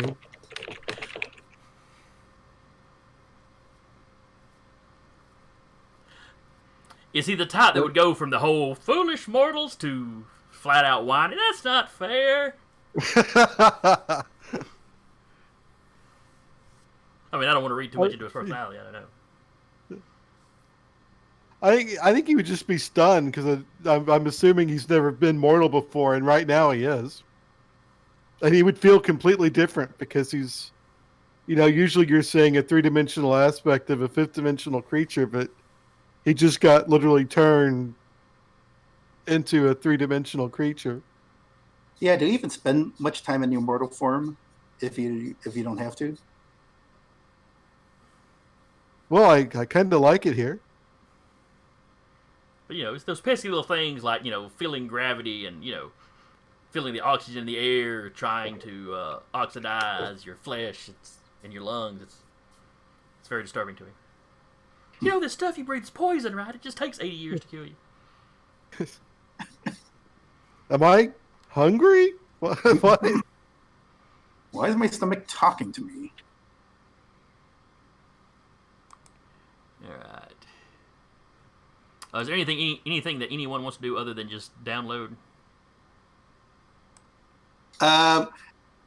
No, actually, another thing he'd want to do, oh boy, given that Spear's on the way, he's actually tempted to delete everything once he makes his copy, so that no one else has the information, because he doesn't necessarily trust Spear to have this info. If he thinks he has the time to get away with it, and he could just blame it on. He could start setting. He could start. Give me a roll. Give me one of your technology, computer, whatever roll. Okay. As you try to set up something to nuke out the hard drives, but make it look like it was something they already had in place. Yeah. And I generated an 8 total. All right. All right. So you start working on that.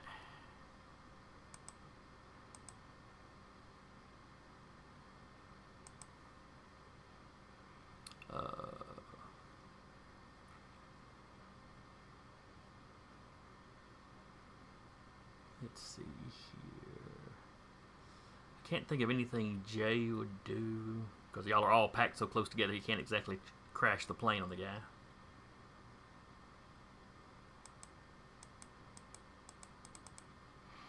All right, so we'll get back to. Oops, I went one too far. But we get back to the. Oh, no, that's fine. That's fine.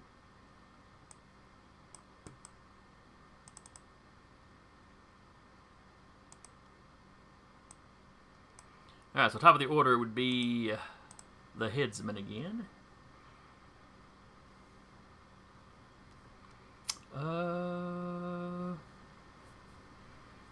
He doesn't have super leaping, but he does have an awful lot of strength.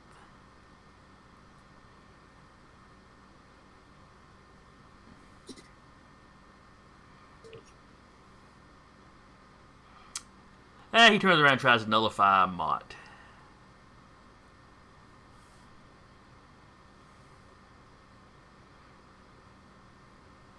Because Seth did manage to hurt him. So, coordination versus coordination. Plus his weapon skill. Oh, that's a sorry roll, though, so... I believe Seth's got 1 level of aerial combat.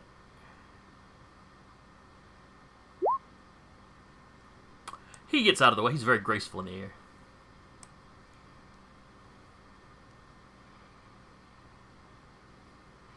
Then it's Starbound, whose ability should be at a 4 by now. Yes, sir.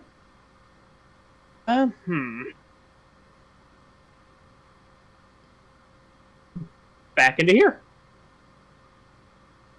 Or attempt to. Okay, inside, you're flying inside the building? I'm trying to throw him into here. Oh, I got you.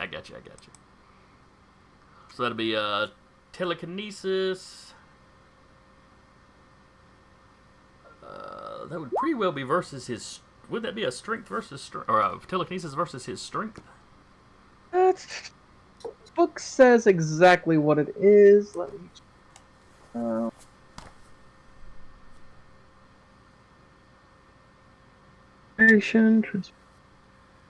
Oh, maneuvering. That's what you're trying to do, basically. Okay, I got you.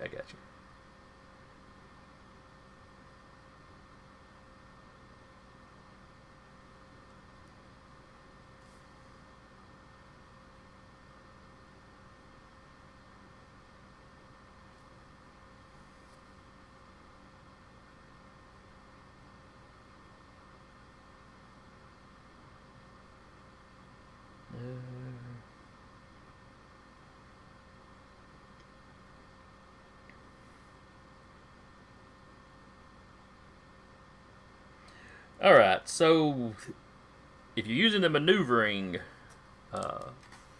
action to try and get him back there, you could use your power rank to try to just grab him, with the telekinesis and move him back there.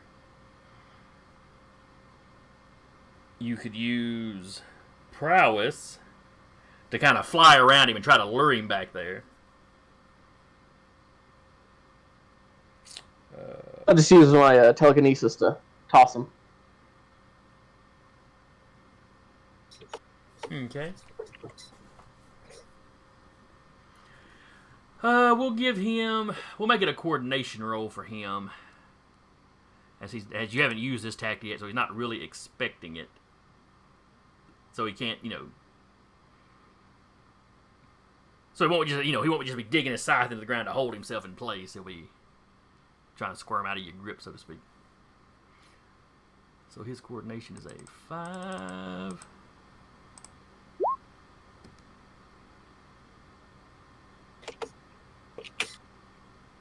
Okay, now you used your mind powers. Yes, sir. You rolled a 6 on the dice. Where is the +7 coming from? 7? I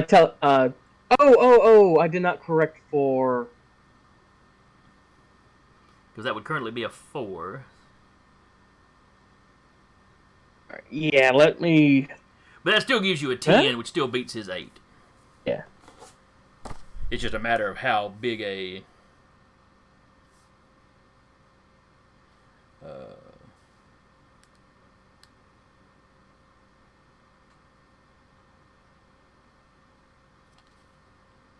let's see here.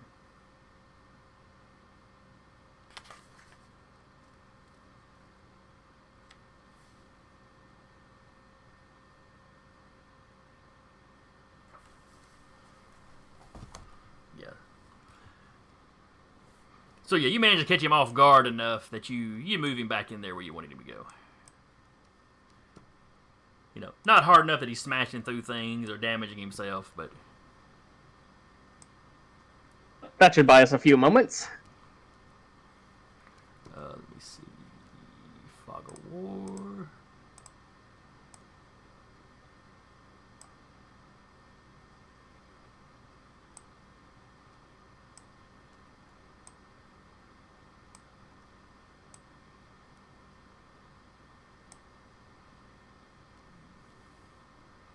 So yeah, he stumbles in there and,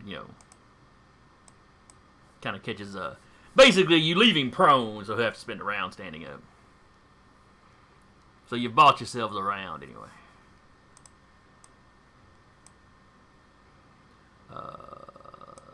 Let's see, then it was Imudan.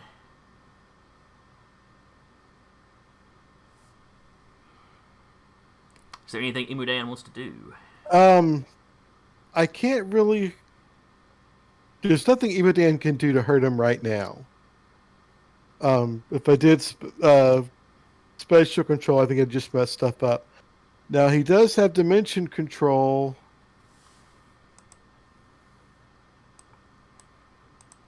At level 1.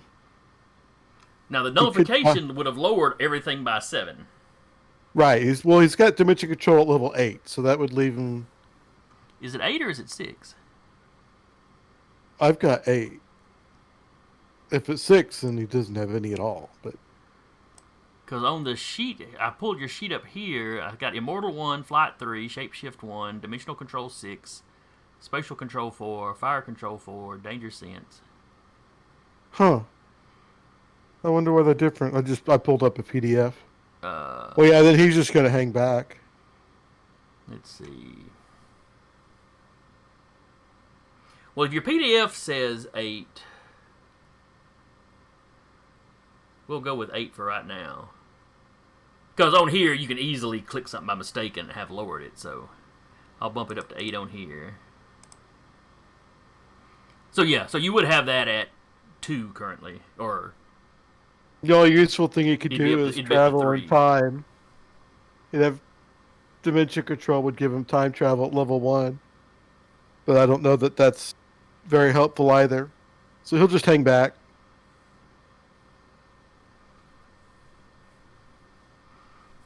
He travels back in time 2 rounds to take the shot for his younger self. And then poofs out of existence because his younger self never has to do that.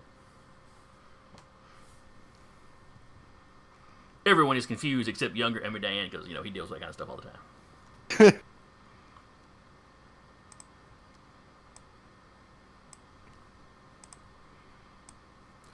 All right.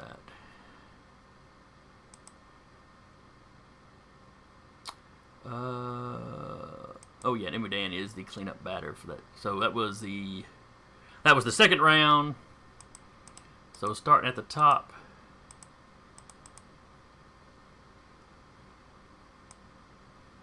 Now, which will be, we'll have the, let me jump over here. I'm going to grab everybody's mini off the lower floor and just kind of cut and paste them.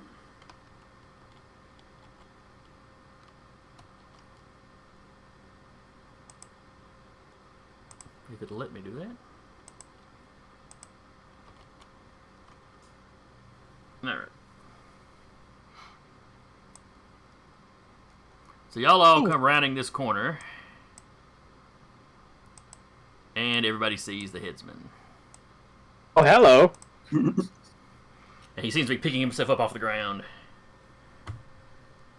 Through the big door, you see... Starbound floating there, Emudan's floating next to him, but for some reason Emudan doesn't have his fire powers going on and looks confused and a little worried maybe. Looks small Mario. Just really low poly Imadon. He's not really 3-dimensional at the moment, he's like 2.5 dimensions at best. And the top of the order is the Headsman. He spins this around standing up.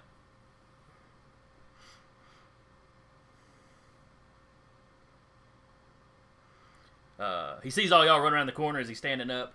He just kind of looks at Everlast. Not trying to leave so soon, are you?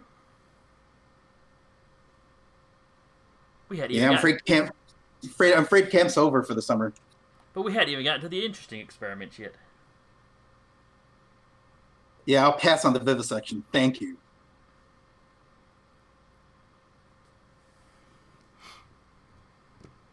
We had a group vote. We decided that, but she probably could have guessed. It's like, we had a group talk. We decided she wants to keep her internal organs.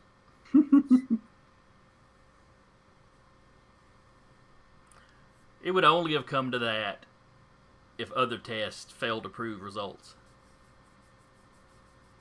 Like they fail to prove results every other time we've done.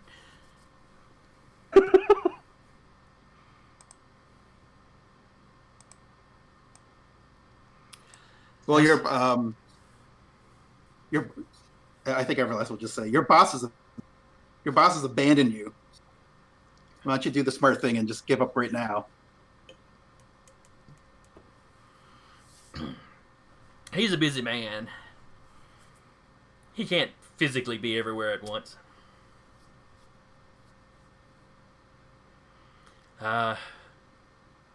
This young generation just not willing to make the sacrifices that the world needs. So we sacrifice for you.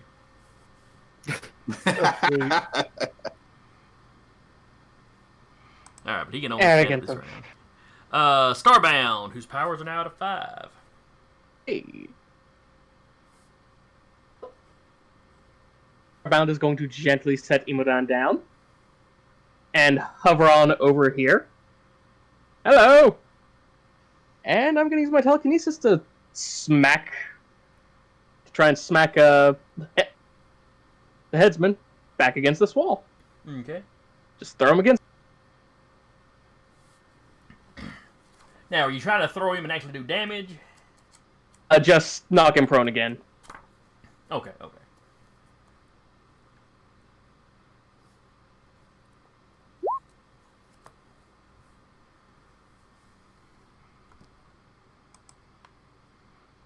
Alright.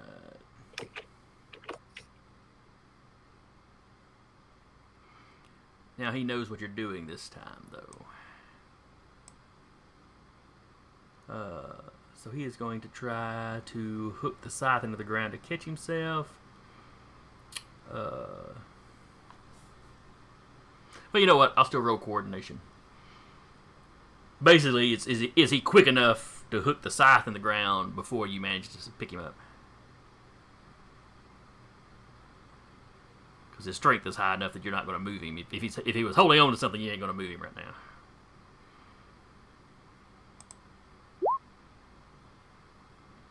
And it's a tie. His feet just start to lift off the ground as he sinks his weapon into the ground and kind of holds himself in place. You're sort of mentally tugging on him, but now he's got his physical strength involved.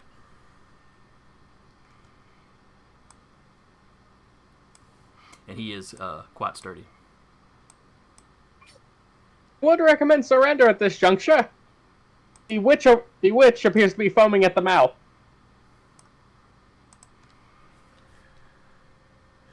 I battle gods. I don't care what some hedge wizard thinks of me.